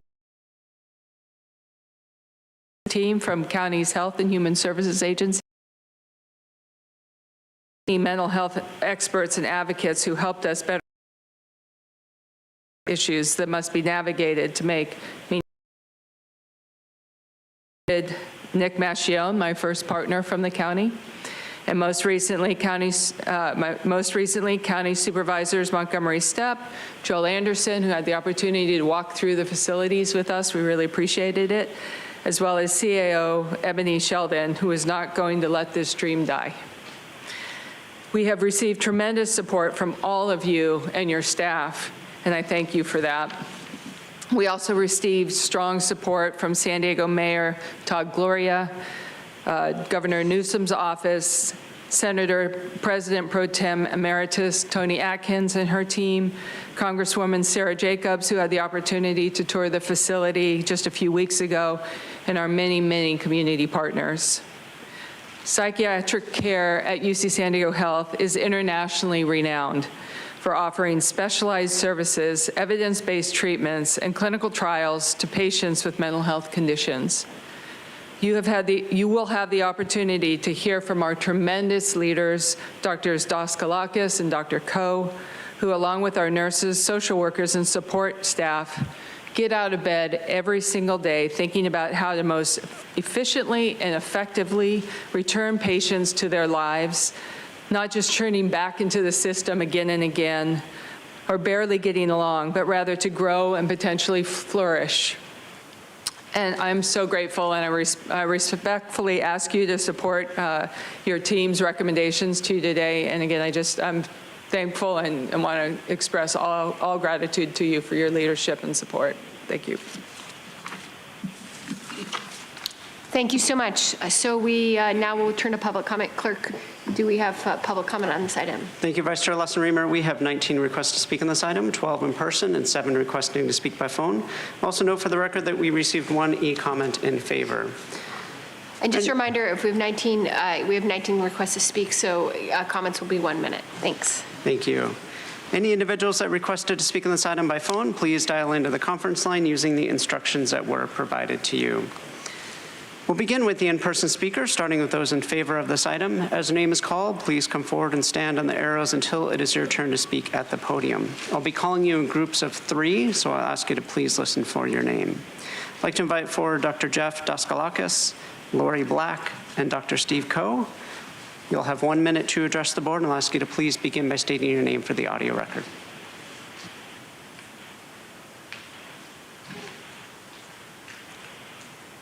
Good morning, Vice Chair Lawson-Remer and members of the Board of Supervisors. My name is Jeff Daskalakis, and I have the privilege of serving as chair of the Department of Psychiatry at UCSD. I'm here to discuss why expansion of psychiatric beds as a partnership between the county and UCSD will be transformative for our region, and how the department, which is amongst the best in the country in terms of services, research, and advanced care, is ready to lead this effort. The need for enhanced mental health services has never been greater. By expanding psychiatric bed capacity at UCSD Health, we can significantly improve access to critical care for those in our community who are struggling with acute psychiatric crises. Our department is uniquely positioned to lead this transformative expansion. We're nationally recognized for our excellence in clinical services and for our pioneering research that drives advancement. Thank you. Thank you. Next speaker, please.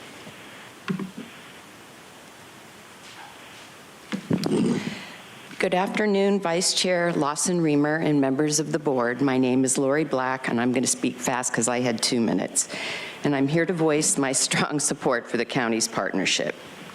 It's been over 21 years since I was last at this podium over the same issues as today, behavioral health.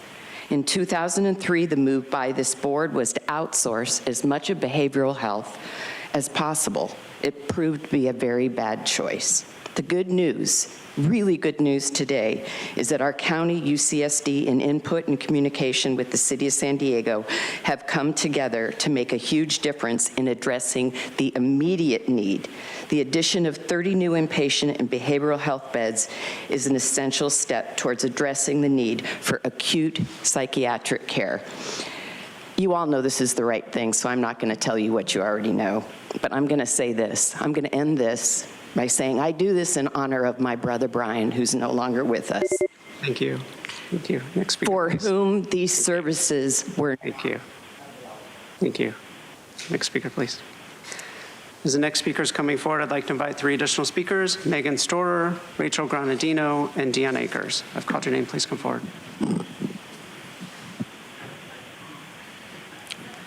Thank you. Good morning, Board of Supervisors. My name is Dr. Steve Coe. I'm a psychiatrist at UCSD. And I also have the privilege of representing San Diego County Medical Society, over 3,600 physicians who will recognize the importance of this. We all know that mental health issues affect every single one of us, regardless of our background, our creed, where we come from, and our circumstances. What is in front of you is putting the right place, right policy, right political will to combat something that we all face every single day.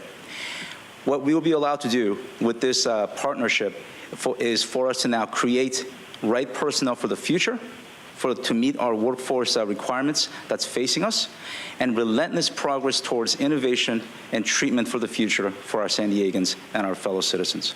With this, I firmly believe that our San Diego County will be an example for the rest of the country, and we will set the standard that will be utilized across the entire region and the state. I urge you to support, and thank you very much. Thank you. Next speaker, please. Good morning. Thank you, Vice Chair Lawson Reamer and the Board of Supervisors. My name is Meg Storer. I'm the Chief of Staff of 211 San Diego, and I'm here on behalf of our agency in support of this item. 211 San Diego, as you know, is a nonprofit organization that connects people to community and health services. And as a designated 211 provider for our region, helping thousands each day, we are well aware of turning community needs. We're proud partners of both UC San Diego and the county, and with a vast majority of our callers being Medi-Cal beneficiary, over the last several years, we've seen a steady increase in the number of 211 callers presenting for help for their mental and behavioral health concerns. We continue to see a high demand from callers addressing behavioral health needs. Last year, nearly 18,000 people called 211 to seek help addressing nearly 40,000 mental health and substance abuse orders and concerns. With that, we expect this need to grow, and we are in support of this item. Thank you. Thank you. Next speaker, please. Good morning, Supervisors. My name is Rachel Granadino, and I am the District Director for Assemblymember Chris Ward. I'm here to speak in favor of this item. This partnership between UC San Diego and the county is critical for caring for one of our most vulnerable populations, those in mental health crises. We have a responsibility to care for these individuals, and partnerships like these make sure that local expert care is available to them. Not only will this project protect a vulnerable population, but it will also provide additional strong healthcare jobs in East San Diego with training for residents and individuals who aspire to become behavioral health professionals. While we have a long way to go to make mental health care accessible to all, this is an important step to addressing the needs of those in active crisis. On behalf of Assemblymember Ward, I want to thank you all and the staff who have worked hard to make this project like this come to fruition. Thank you. Thank you. As the next speaker is coming forward, I'd like to invite the remaining speakers in favor, Josh Bohannon and Jason Wise. I've called your name. Please come forward. Good morning, Vice Chair Lawson Reamer and Honorable Supervisors. Thank you for the opportunity to speak this morning. My name is Dion Akers, here on behalf of San Diego Mayor Todd Gloria to express our strong support for item 13 on today's agenda. I'll reiterate a lot of what has already been said by the supporters here. Mayor Gloria and the City of San Diego are in strong support of the county's partnership with UC San Diego Health to extend behavioral health services at the East Campus Medical Center. This partnership will significantly strengthen the continuum of care for people experiencing mental health crises, particularly for underserved populations across San Diego County. In addition to expanding access to critical services, this initiative will integrate teaching and research, providing not only cutting-edge care for patients, but also helping to develop a next generation of behavioral health professionals to serve our communities. By providing hands-on training for medical students, residents, and other healthcare professionals, the new behavioral health infrastructure at ECMC will play a pivotal role in addressing the growing workforce shortage that we have in behavioral health. We look forward to continued collaborations to bring more beds online in our region and expand behavioral health services across San Diego. And we want to offer our sincere thanks to the county team, Dr. Bergman. And thank you. Next speaker, please.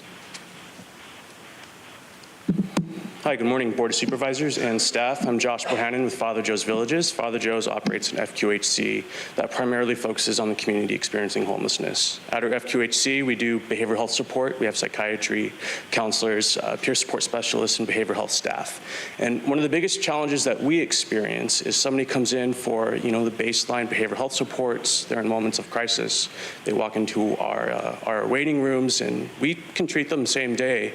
But reality is, after we help stabilize someone, there's nowhere for them to go. Our shelter beds are not the right fit for people experiencing severe behavioral health crises or issues. What we do know is that the infrastructure within the region for behavioral health support, something that we aim to fix today, or you aim to fix today with UCSD, will really help to address the issues we feel as providers, providing people that right level of care, but really having the best outcomes for people who need the support. We will do our best to provide the help that we can provide, but at the end of the day, we're not the right setting for everybody that sees through our door. Thank you. Thank you. As the next speaker is coming forward, I'd like to invite the speakers in opposition, Mark, allegedly Audra, and Bryant Rumbaugh. I've called your name. Please come forward. Good morning, Chair Lawson Reamer and members of the board. My name is Jason Weiss, District Director for Senate President Pro Tem Emeritus Tony Atkins. I'm here today on behalf of Senator Atkins, who wanted me to personally attend and voice her strong support for Agenda Item 13, the partnership with UCSD Health for behavioral health services at East Campus Medical Center. Each of you should have received a letter from Senator Atkins outlining her support.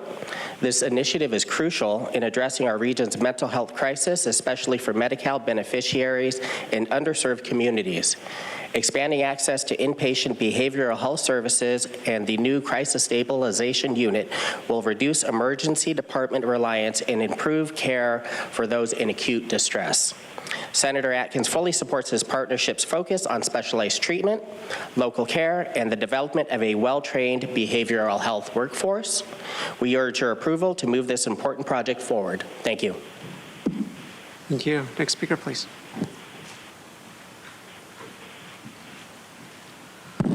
Mark, a $32 million loan, plus interest, no doubt, makes the bankers a lot of money, and the interest rates haven't dropped yet as far as I know, so I don't know what the rate is, but at 5%, what do you think that is on $32 million that we, the taxpayers, will have to pay? That doesn't seem right. I also don't think that this should be anywhere near our college students, and you're not addressing the causes of mental illness, which a big one, any psychiatrist would agree, is stress. So people need to see Zeitgeist Addendum, this YouTube video, from 6 minutes, 40 seconds to 25 minutes. And this has never been addressed, not even by Tara, who's supposedly a financial advisor for the government at one time, but never pointed out the effect this has, and that it could just be stopped. House Resolution 8421 will stop the Federal Reserve and inflation, but it's got a flaw that it wants to relieve them of liability and transfer it to our Treasury. You should see this on wealth distribution. This is the real problem. Also, the minds of men. Thank you. Next speaker, please.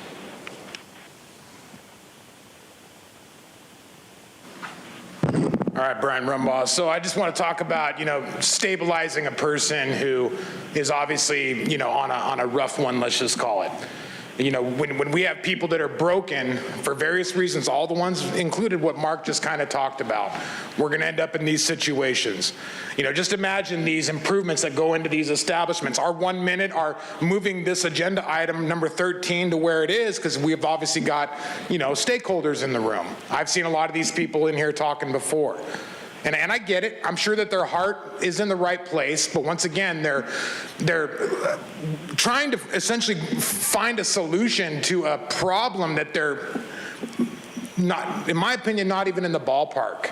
Okay, and I'm just a construction knucklehead. You already know that by now, Jim. But what I can tell you is that architect, the contractors that are doing these consistent remodels in these buildings, that type of thing, $32 million for 30 beds. For a person who is. Thank you. Next speaker, please.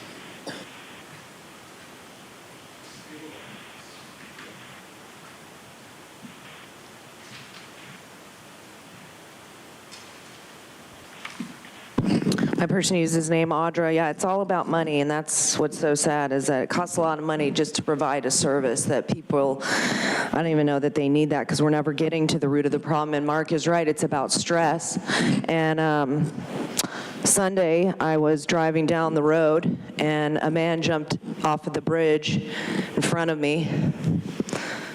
It actually happened 3 times that day. There were 2 other people who jumped off of the bridge.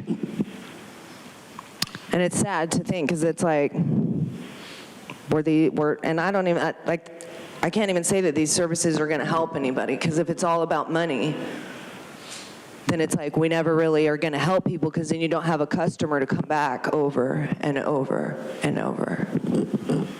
But it's pretty sad to think where their mind was at to jump on the freeway in front of moving cars.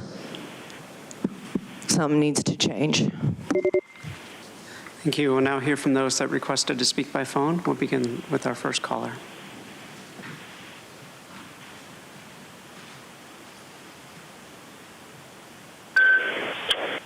Justin. So, 1 minute to talk. Number one, fuck this. So let me get this straight. We get rid of mental asylums, right? How many votes are you getting from the school? How many votes are you getting from the dorms in order for you to push these stupid-ass agendas and give them ungodly amount of money? I mean, because I hear Gloria jumping in and all these people jumping in, senators, elected officials who would probably need votes. So how many votes do you get? How many fraudulent votes do you get from the school in order to push these agendas? I'm really, really curious. I mean, I really hope that, because you won't allow me to look at the data, you won't let me take a look at the signatures coming out of areas where I think fraud is really, really high. You refuse to allow me to look at that data, and you want me to believe. Thank you. We'll now hear from the next caller.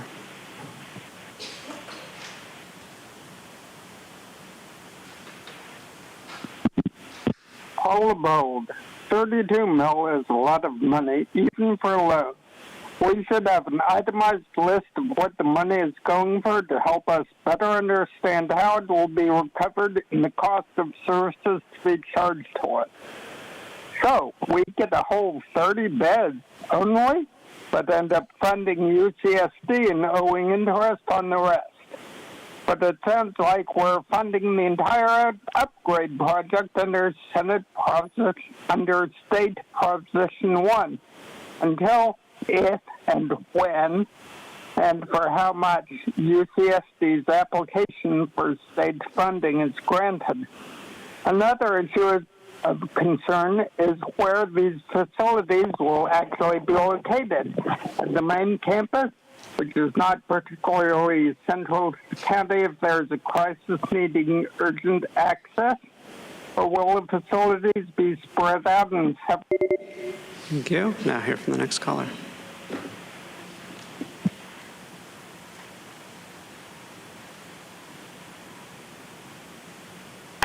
Hello, this is Catherine Rhodes, and I want to say I'm doing this for my late brother Daniel, who, when we couldn't figure out where he was, would call county mental health, and he would be in there for, for crisis stabilization most of the time, and sometimes acute patient services before we would come home.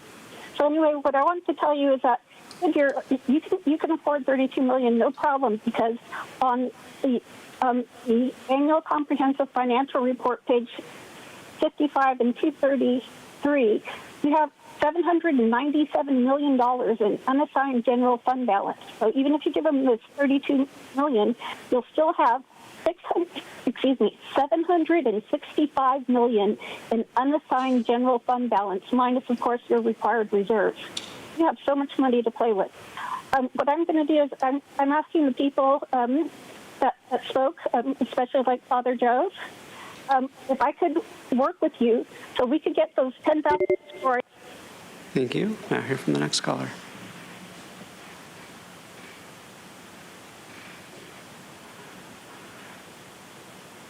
Good morning, Board of Supervisors.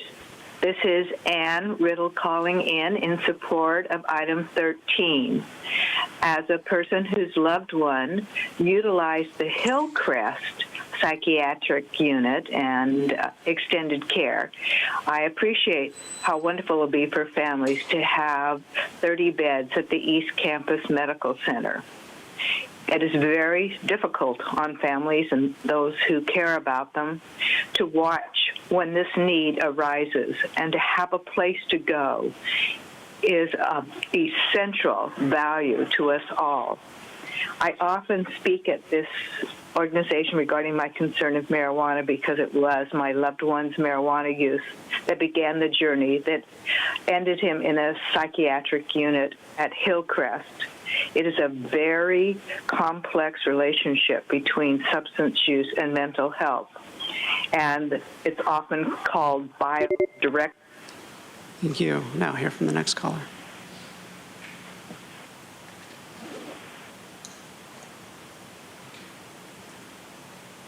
Oh, unbelievable. So anyways, Consuelo, believing that it's a good thing, people getting better, only to be able to return to the same system that sickens them is utterly psychotic. So disturbing. How so many don't get this simple fact is it's disturbing as well. Anyways, a reminder, Wilson in 1913 sold America like a stock to the bankers for world control, okay? The Federal Reserve Act of 1913. This is his quote, I am the most unhappy man. I have unwittingly ruined my country. A great industrial nation is now controlled by its system of credit. We are no longer a government by free opinion, no longer a government by conviction and vote of the majority, but a government by the opinion and duress of a small group of dominant men. So this bank is not a part of our government. It is a part of an international banking cartel. The United States Federal Reserve System. Thank you. Now hear from the next caller.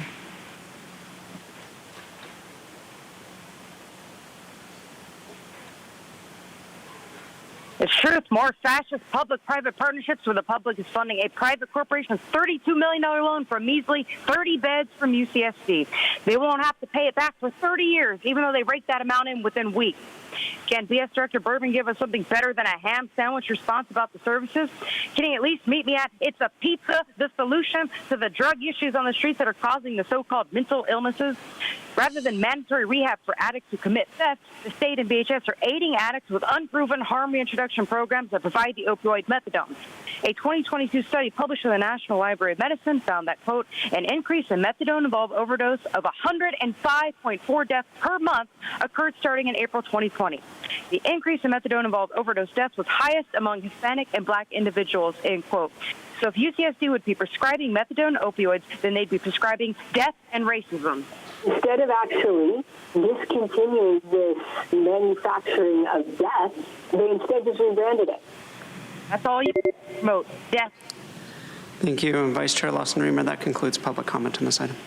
Thank you so much. And now I'll turn to my colleagues. Supervisor Montgomery Stepp. Thank you so much, Vice Chair Lawson-Remer. Let me start by thanking our CAO, Ebony Shelton, Caroline Smith, Dr. Luke Bergman, David Smith, Joan Brackey, Patty Mason, Dr. Coe, Nick Mascione, and also want to thank my staff members who just were involved in keeping the ship afloat. Dante Wyatt, Lyle Pavick. Thank you, UCSD, for that original tour. One of the first things I did when as I was sworn in as a supervisor, and when I authored the letter that reestablished negotiations back on May 21st. I really didn't think we'd be here in 120 days. And so I'm very, very, very grateful to see where we are now. And I know it just took a lot of work from all of you and us to get to where we are and really cementing our commitment to our community members who would not be able to otherwise afford this type of care. I know there are many pressing issues that we are facing as a county, and without a doubt, one of the most critical is a shortage of behavioral health care services for our neighbors who are low income and or unhoused. It is estimated that 1 in 20 individuals in San Diego County are currently living with a serious mental illness, and that rate increases to 1 in 13 if an individual resides in a low-income household. We heard from many of our public commenters, no matter what side they are on, that this is a major issue in our community, in our region. Research from the RAND Corporation also shows a shortfall of nearly 2,000 beds across the state at the acute level, which is exactly the level of care that will be provided at the UCSD East Campus Medical Center. This project has the potential to provide an absolutely vital service through both the inpatient treatment beds and the establishment of the new crisis stabilization unit, the first CSU for adults in District 4, which will both provide quality intensive care for our neighbors experiencing a psychiatric emergency, and also in East County, where I know Supervisor Anderson has been a passionate advocate for this, also will serve his constituents as well. And importantly, these 30 inpatient treatment beds will be specifically designated for the care of individuals on Medi-Cal, serving folks who have historically faced more barriers to accessing care, receive lower quality care, and ultimately experience worse health outcomes. This partnership with UCSD Health has the potential to address many of these health inequities. It is also important to note that demand for behavioral health care beds is likely to continue growing with SB 43 implementation coming on January 1st. We must ensure as a county we are setting our residents in need of services and our healthcare workers up for success as we take on this new initiative. This project provides great hope for the future of our behavioral health continuum of care, as it will deliver high-quality educational and workforce development opportunities across many disciplines, resulting in an influx of well-trained behavioral health workers throughout the region. It's truly my hope that my colleagues will vote alongside me in support of these recommendations and move us another step closer to providing an absolute vital service for some of our most vulnerable residents and help us enhance the regional behavioral health system well into the future. I would just say before I move the recommendations, I also was in Washington, D.C. last week, and this was a topic of discussion in every single one of my meetings. We were in back-to-back meetings. We also met with the White House, Intergovernmental Affairs, so they know about this project. Health and Human Services knows about this project, so we're using every resource that we have available to us to help us ultimately pay for this service as well. So with that, Vice Chair, I move staff recommendation. Thank you. Happy to second. Supervisor Desmond? Thank you, Madam Chair. Appreciate it. And I just think this is a great partnership with UCSD and with the county. And this is actually proper use of reserves as well, because this is an opportunity investment that's going to get paid back over time. But it's a good partnership and something we greatly need here in San Diego County is more behavioral health beds and getting people off the streets and into the help they need. So I'm happy to support. Thanks. Thank you very much. I also want to thank the team for all the work, all the teams for all the work. So many teams working so hard for so long. So thank you, everyone. I heard about this initiative when I first joined the board nearly 4 years ago. And I said, we got to get this done. But we were in the middle of COVID, and there's been so many challenges and obstacles along the way, and I'm just very glad we're finally there. So thank you to everyone to making this happen. I think collectively we are very committed as a board to making the investments that we need to build out our behavioral health system and create more beds and create more access. I think it's really exciting to be bringing more beds online that aren't just going to be for our most vulnerable members of our population, but are also going to really try to be at the cutting edge, at state of the art of what kind of interventions and treatment can really get people better. And when I've been talking to the team at UCSD, that's something I've been very excited about, is not just warehousing some folks, but really trying to get people the help that they need and get people better. So we've been working on so many fronts to build out our capacity for behavioral health, and I think this is an incredibly important investment and step forward. And I'm so glad to be part of a board that's willing to put our reserves where it matters, which is investing in our people. So thank you very much, and happy to second that today. Any additional comments, or else we'll just call the roll? Okay, clerk, please. Vice Chair Lawson-Remer, that motion passes unanimously with all supervisors who are present voting aye. Okay, thank you so much. So we will now move along to Fire Protection District item number 2, a notice of public hearing and ordinance amending Article 20 of the San Diego County Administrative Ordinance Code relating to the Ramona Fire Protection and Ambulance Paramedic fees and charges. We will begin with public comment on this item. Clerk, do we have any requests to speak? Thank you, Vice Chair Lawson-Remer. We have 6 requests to speak on this item, 1 in person and 5 requesting to speak by phone. Also note that we received 1 neutral e-comment. Any members of the public that requested to speak on Fire Protection District Item 2 by phone, please dial into the conference line using the instructions that were provided to you. We'll begin with the in-person speaker. I'd like to invite forward allegedly Audra. You'll have 2 minutes to address the board.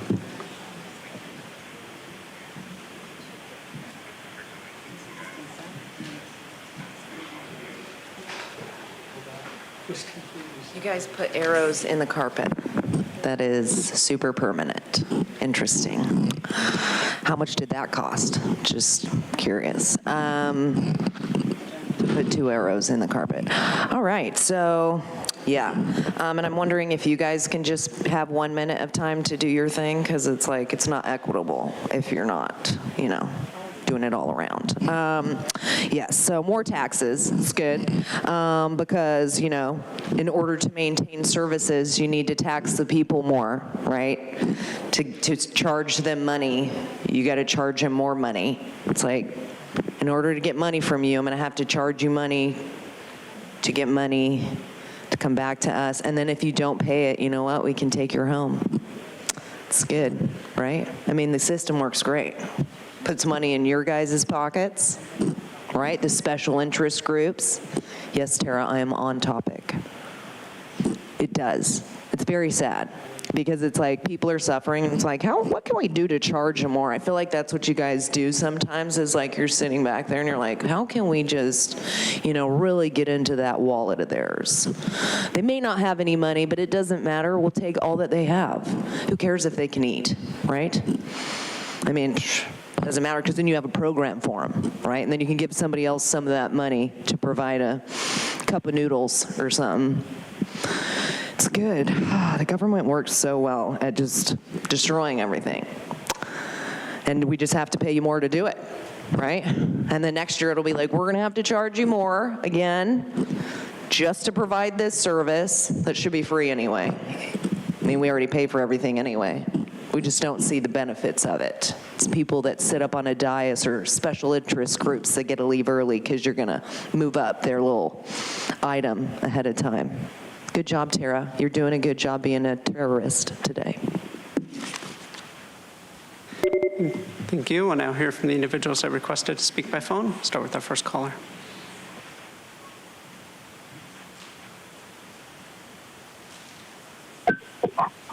Full bold.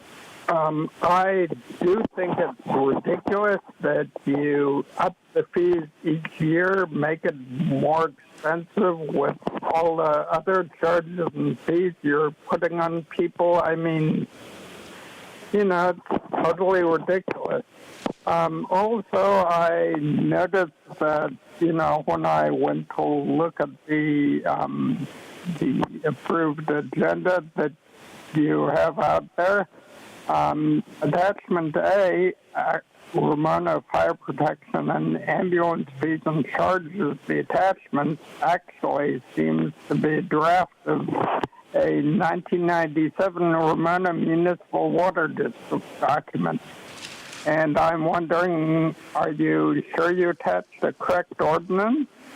And, I have noticed a lot of errors in the agenda documents generally, but, if you attach the wrong document here, please instruct your staff to double check for attachment errors as well as spelling errors. I mean, these could actually end up costing you a lot of our money. Thanks. Thank you. Now hear from the next caller.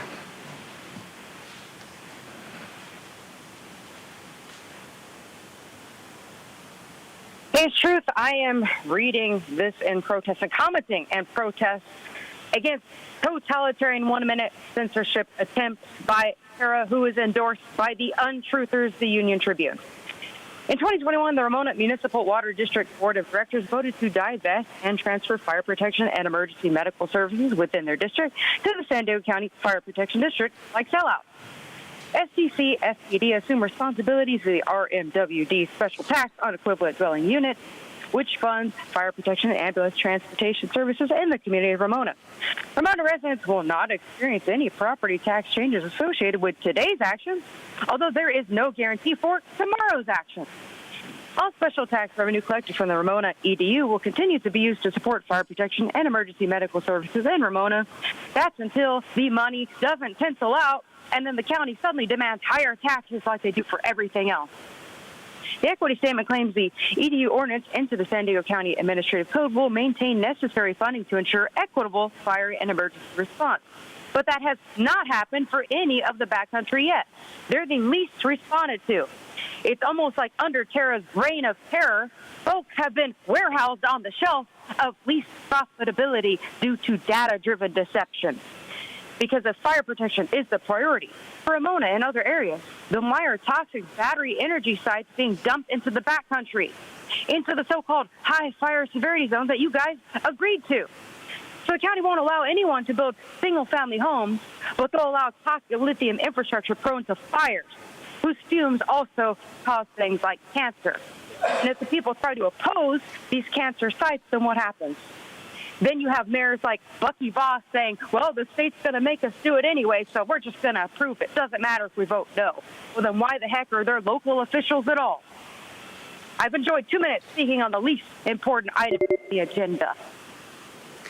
Thank you. Now hear from the next caller.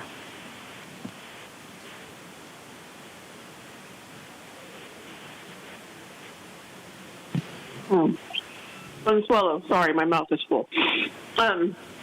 Amen to what Truth just said. The hypocrisy of all of these boards and what they do.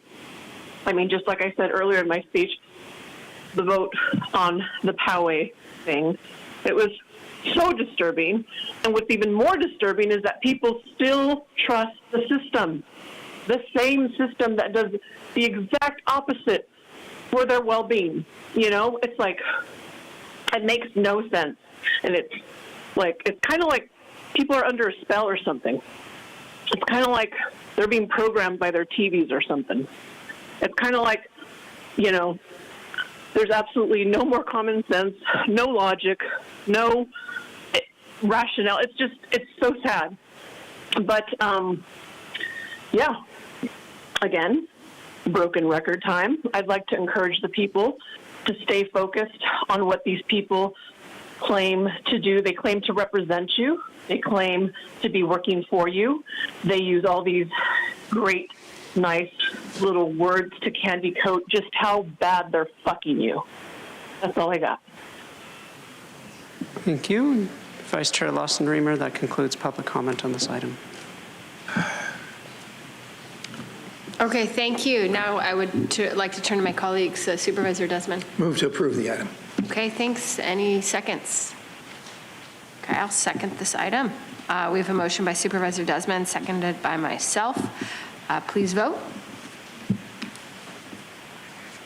Vice Chair Lawson-Remer, that motion passes unanimously with all supervisors who are present voting aye. Okay, thank you. We will now move to item number 11, requesting resources needed to implement Senate Bill SB 43. This item was brought forward by Supervisor Desmond, so I will turn it over to Supervisor Desmond for introductory comments. Thank you very much, Madam Vice Chair. Appreciate it. On July 28th of this year, Governor Newsom sent us a letter to the county criticizing our delay in implementing SB 43. SB 43 broadens the criteria for eligibility to be placed under conservatorship. Today's action serves as an additional response to the governor's letter, specifically requesting some of the resources needed for implementation. So we anticipate, I was hoping Dr. Luke Bergman was going to be here. We anticipate a significant increase in the number of people who are put on initial hold or gravely disabled due to drug or alcohol abuse. This hold gives us an opportunity to intervene and offer resources, even require individuals to receive treatment. I'm going to ask you up in a second here. Okay, however, to require someone to enter treatment, we have to have that treatment available. We have to build infrastructure. We have to modify existing programs. So I went directly to Dr. Luke Bergman and Dr. Nicole Esposito and asked them, what do we need? What do we need if we go ahead and move forward in January, which we had outlined before, and potentially approve SB 43 and start the implementation? So I asked them what we needed, and those items are basically the items in the 4 recommendations, to the numbers, I guess, for what we need and the dollars amounts, and to send a letter to the governor asking for these dollars is what I'm asking. So if Dr. Luke, if you could come on up, or and maybe Dr. Esposito to explain what, how you came up with these numbers and why they're needed for implementation of SB 43. Through the chair, thank you so much, Supervisor Desmond. And so, yes, I am Dr. Bergman, Behavioral Health Director. Dr. Nicole Esposito is the Chief Population Health Officer within Behavioral Health Services. I don't think she stood at this podium yet, but she is the co-chair of the SB 43 Readiness Committee, and so she is better equipped than I am to speak to these questions. Thank you. Through the chair, Supervisor Desmond. So these estimates are very high level, again, rooted to and anchored by our estimates of the impacts of SB 43 in terms of volume of new holds related to SUD services in particular. These services that we described are the ones that we believe are most necessary at that critical junction, at the acute care and crisis junction, to increase our readiness for these services for SB 43. And again, the estimates may look high, but this reflects the fact that we currently don't have reimbursement for this space of work, particularly for co-occurring services, to operate in ways that are efficient. So the high-level estimates anchored to the LPS volume, and the reason that some of the numbers look high is because we don't currently have ways to get reimbursed for the state, and the ways in which we could get reimbursed in certain venues are very, very inefficient. And then the third thing that I just want to mention, that over time, we'll be looking to increase efficiencies and looking for the state for more guidance on reimbursement, and also looking to increase services in the long-term space. And we think these are needed above SB $1 or anything else we might be getting later in time. So we need these in addition. You mean, through the chair, Supervisor Desmond, you mean beyond Prop $1? I'm sorry, Prop $1, yes. Yeah, that's correct. So, okay. Prop 1 is the reconfiguration of the Mental Health Services Act money. The challenge that Dr. Esposito is pointing to is that SB 43 creates new criteria for holds. There currently aren't spaces clinically regulated to accommodate those populations, and without the regulations, there aren't reimbursements, and so we need to be able to cover those with other cost centers. All right, thank you very much. Thank you, Chair, appreciate it. Sure, thank you so much. Any additional comments before I go to public comment? No, go ahead. Okay. Thank you. We would now like to move to public comment. Clerk, any members of the public wish to comment on this item? Thank you, Vice Chair Lawson-Remer. We have 11 requests to speak on this item, 4 in person and 7 requesting to speak by phone. We also received 4 e-comments, 1 in favor and 3 in opposition. Okay, please call the speakers. Thank you. Any individuals that requested to speak on item 11 by phone, please dial into the conference line using the instructions that were provided to you. We'll begin with the in-person speakers, starting with the speaker in favor, followed by the individuals in opposition. As your name is called, please come forward and stand on the arrows until it is your turn to speak at the podium. I'd like to invite forward the speaker in favor, Kay Marie. Kay will be followed by Mark, allegedly Audra, and Brian Rumbaugh. Because there are 10 or more speakers on this item, you'll be given 1 minute to provide your comments. Please begin by stating your name for the audio record. Hi, I'm Kay Marie for support for number 11, SB 43. There's lots of talk about banning homeless encampments, but we need more resource and help and a continuum of care for those with severe mental illness to help our most vulnerable. It's too easy for hospitals to dump to the streets, adding to the homeless crisis. Discrimination and abandonment for having a severe mental illness by a system that should know better. So many barriers to help being disguised as rights. Why is imminent danger and severe deterioration the standard? When we know someone has a severe mental illness and special needs, why are we watching what they do clinically deteriorate, be homeless to rot, and criminalized? They're too sick to be accountable for themselves. They're so sick they don't know they're sick.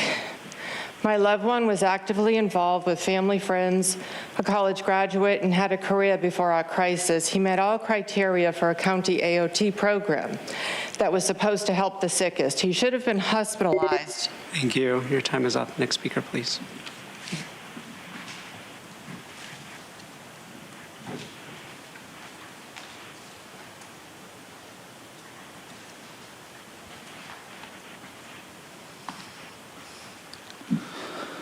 Mark, the few people I know got worse taking medication.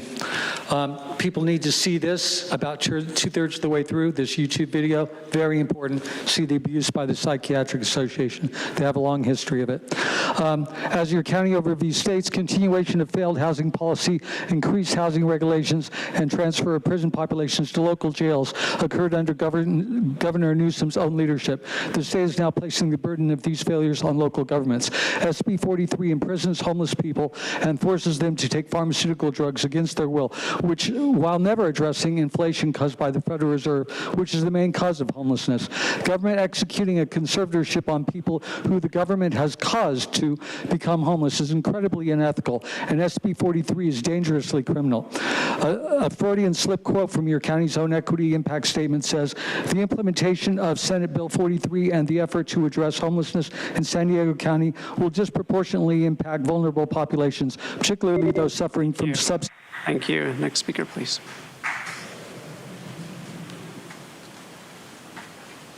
So, all right, still Brian Rumbaugh. So, I'm against this. I understand it's, once again, the power of the purse, I guess, is what it, how to remain compliant.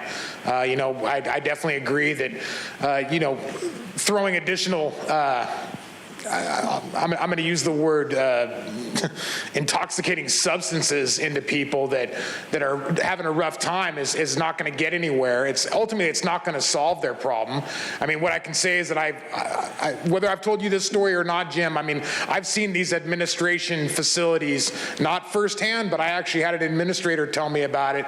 And when I say administrator, I mean somebody who pretty much, offered the daily fix to people and the daily, sedation. We don't want to live in a society where we just we already are in a society where you've got these baby boomers that just throw their parents in these facilities as opposed to caring. Thank you. Next speaker, please.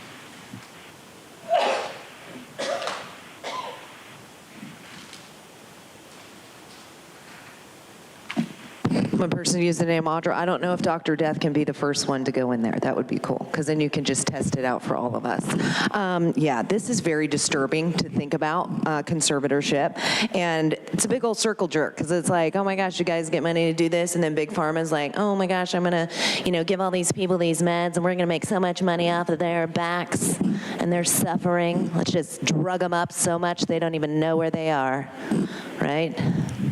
It's good. It's sad because it's like that's not what should be happening. We should be getting to the roots of the problem. And it's like, but because the governor criticized us, we're like, we better go get some money. So the power of the purse is right. You guys love that.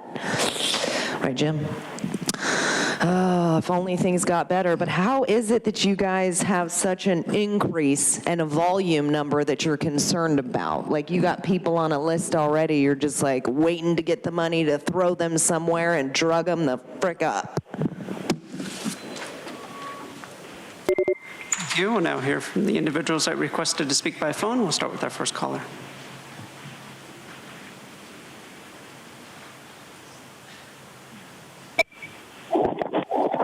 Bold.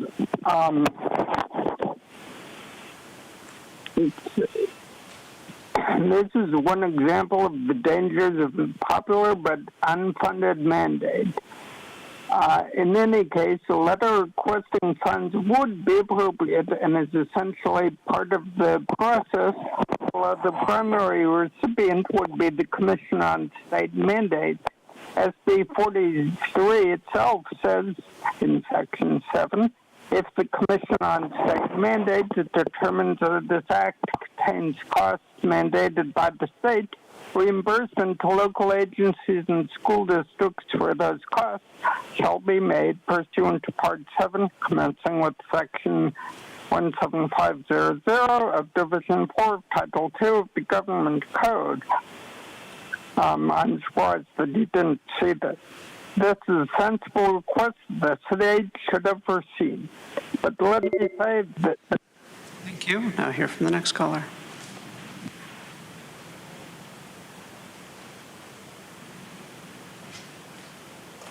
Hello, this is Catherine Rhodes. I just want to remind you that Todd Gloria got the law changed to move the homeless, not just the homeless with mentally ill, but all the homeless from a city of San Diego problem to a county of San Diego problem.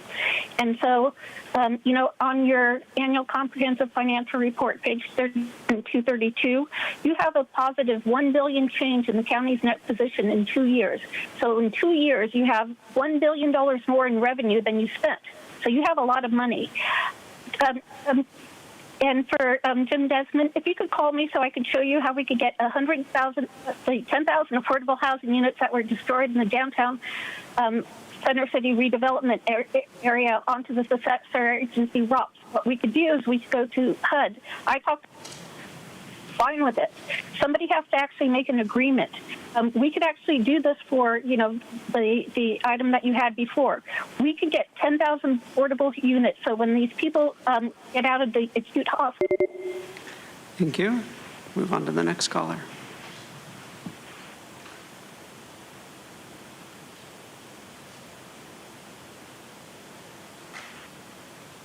Good morning, Board. My name is Kathleen Lippitt, and I support Supervisor Desmond's insight into identifying the funding necessary to implement SB 43. It avoids make sure that it avoids becoming yet another unfunded state mandate that seems to want to grow and increase the viability and profitability of every vice that is conceivable to erode community standards. So I think this is a good step in making sure that they are not allowed to do that and that automatically counties don't begin to just implement and have the state put their money where their mouth is. So thank you for letting me speak. Thank you. Now hear from the next caller.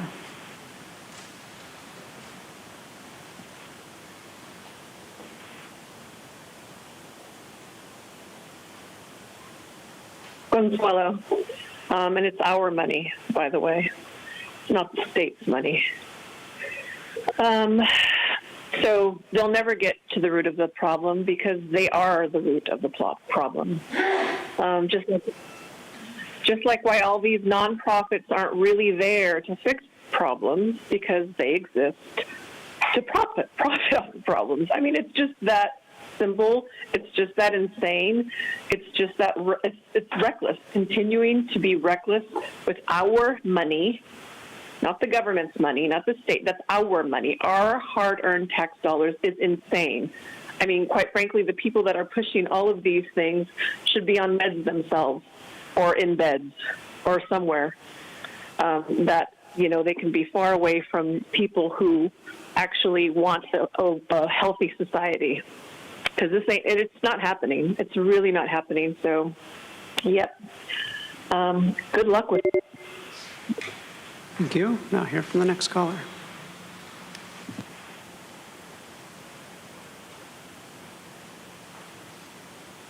Truth, mandatory rehab for those who've done a real crime like theft, like those racists Nora and Tara enabled last Tuesday, but not for those who are doing nothing but being homeless.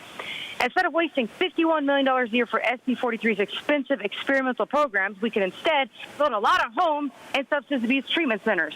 Or buy air purifiers for IB, instead of Nora saying at Senate that she expects every city to buy them. Here's what's not addressed. What happens when involuntary treatment doesn't work and somebody relapses? Who's responsible if someone is diverted from an emergency room into the SD Relay program without treatment and they end up dying? Would hospitals be liable, or would the county be liable?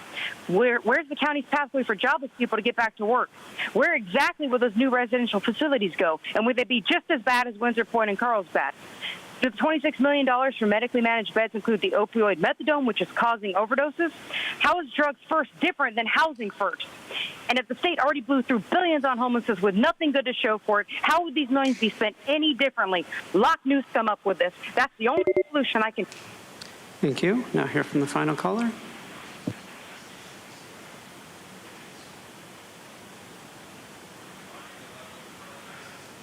Good morning, Board of Supervisors. Ann Riddle here.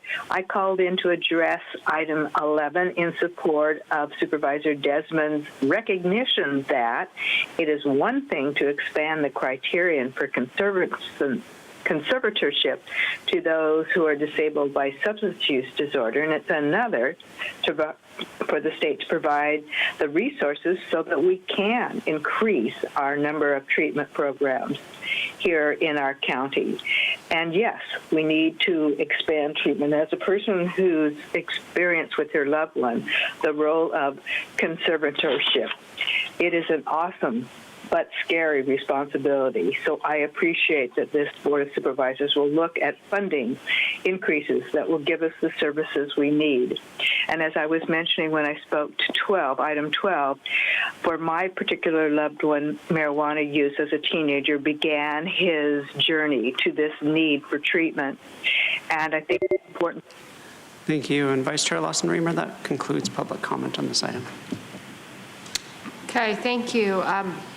Supervisor Desmond, did you have another? Thanks. Yeah, real quick. I wanted to make a motion.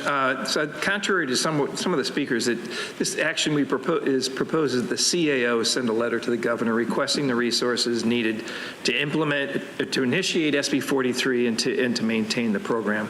So with that, I'd like to ask my colleagues' support on this, on sending the letter, and I'll move to approve. Thank you. Are there any seconds? Second. Okay, we have a motion and a second. Please, sorry, apologies. Supervisor Montgomery Stepp. I want to start by saying that I definitely agree that oftentimes there are unfunded mandates that come from the state. We've got full implementation of SB 43 coming up very soon. And we're actually ahead of quite a few counties, which I think needs to be acknowledged. For the County of San Diego, we really should be proud of that. I just want to address some of the things that are in the board letter. There aren't too many things, but it is, there are some statements that I don't necessarily agree with, referencing a failed housing first policy. I think it's hard to judge housing first when we just don't have enough housing overall. This idea of the transfer of prison populations to local jails was actually something that came down from the court in California because our prisons are so overcrowded because of California's tendency to lock a lot of people up. We have a very, very high prison population. That was something that the state was mandated to do by the courts. And so there's just what I see as some misinformation in here, and I just wouldn't want a letter to carry some of those things over. If it's a simple request for funding, I understand that. Also noting, though, that we still have to, in my mind, be in a decent place to apply for Prop 1 funding, which we do have coming up. And we've also just kind of had some back and forth with the governor on some recent funding that was pulled. So what I think requesting the funding is good. I think I don't want to put us in a position where it's another reason for the governor to, do and say what he has done and said, instead of us coming to the table and really ironing some of those things out in our thought process behind those things and those decisions we've made. So I don't know if you have anything to respond to that with. Just, well, the recommendations are all for money. Those are the 4 recommendations. So just to clarify, make sure we're all on the same page, it's just a request for money. It wouldn't reiterate any of the language that Supervisor Montgomery Stepp has indicated she has concerns with. Okay. Well, then with that, I'll support it. That's fine. Okay, thank you so much. Clerk, please call the vote. Vice Chair Lawson-Remer, that motion passes unanimously with all supervisors who are present voting aye. Okay, we are now going to take a lunch break, and we will be back at 1 o'clock. Thanks. Board is in recess until 1 p.m.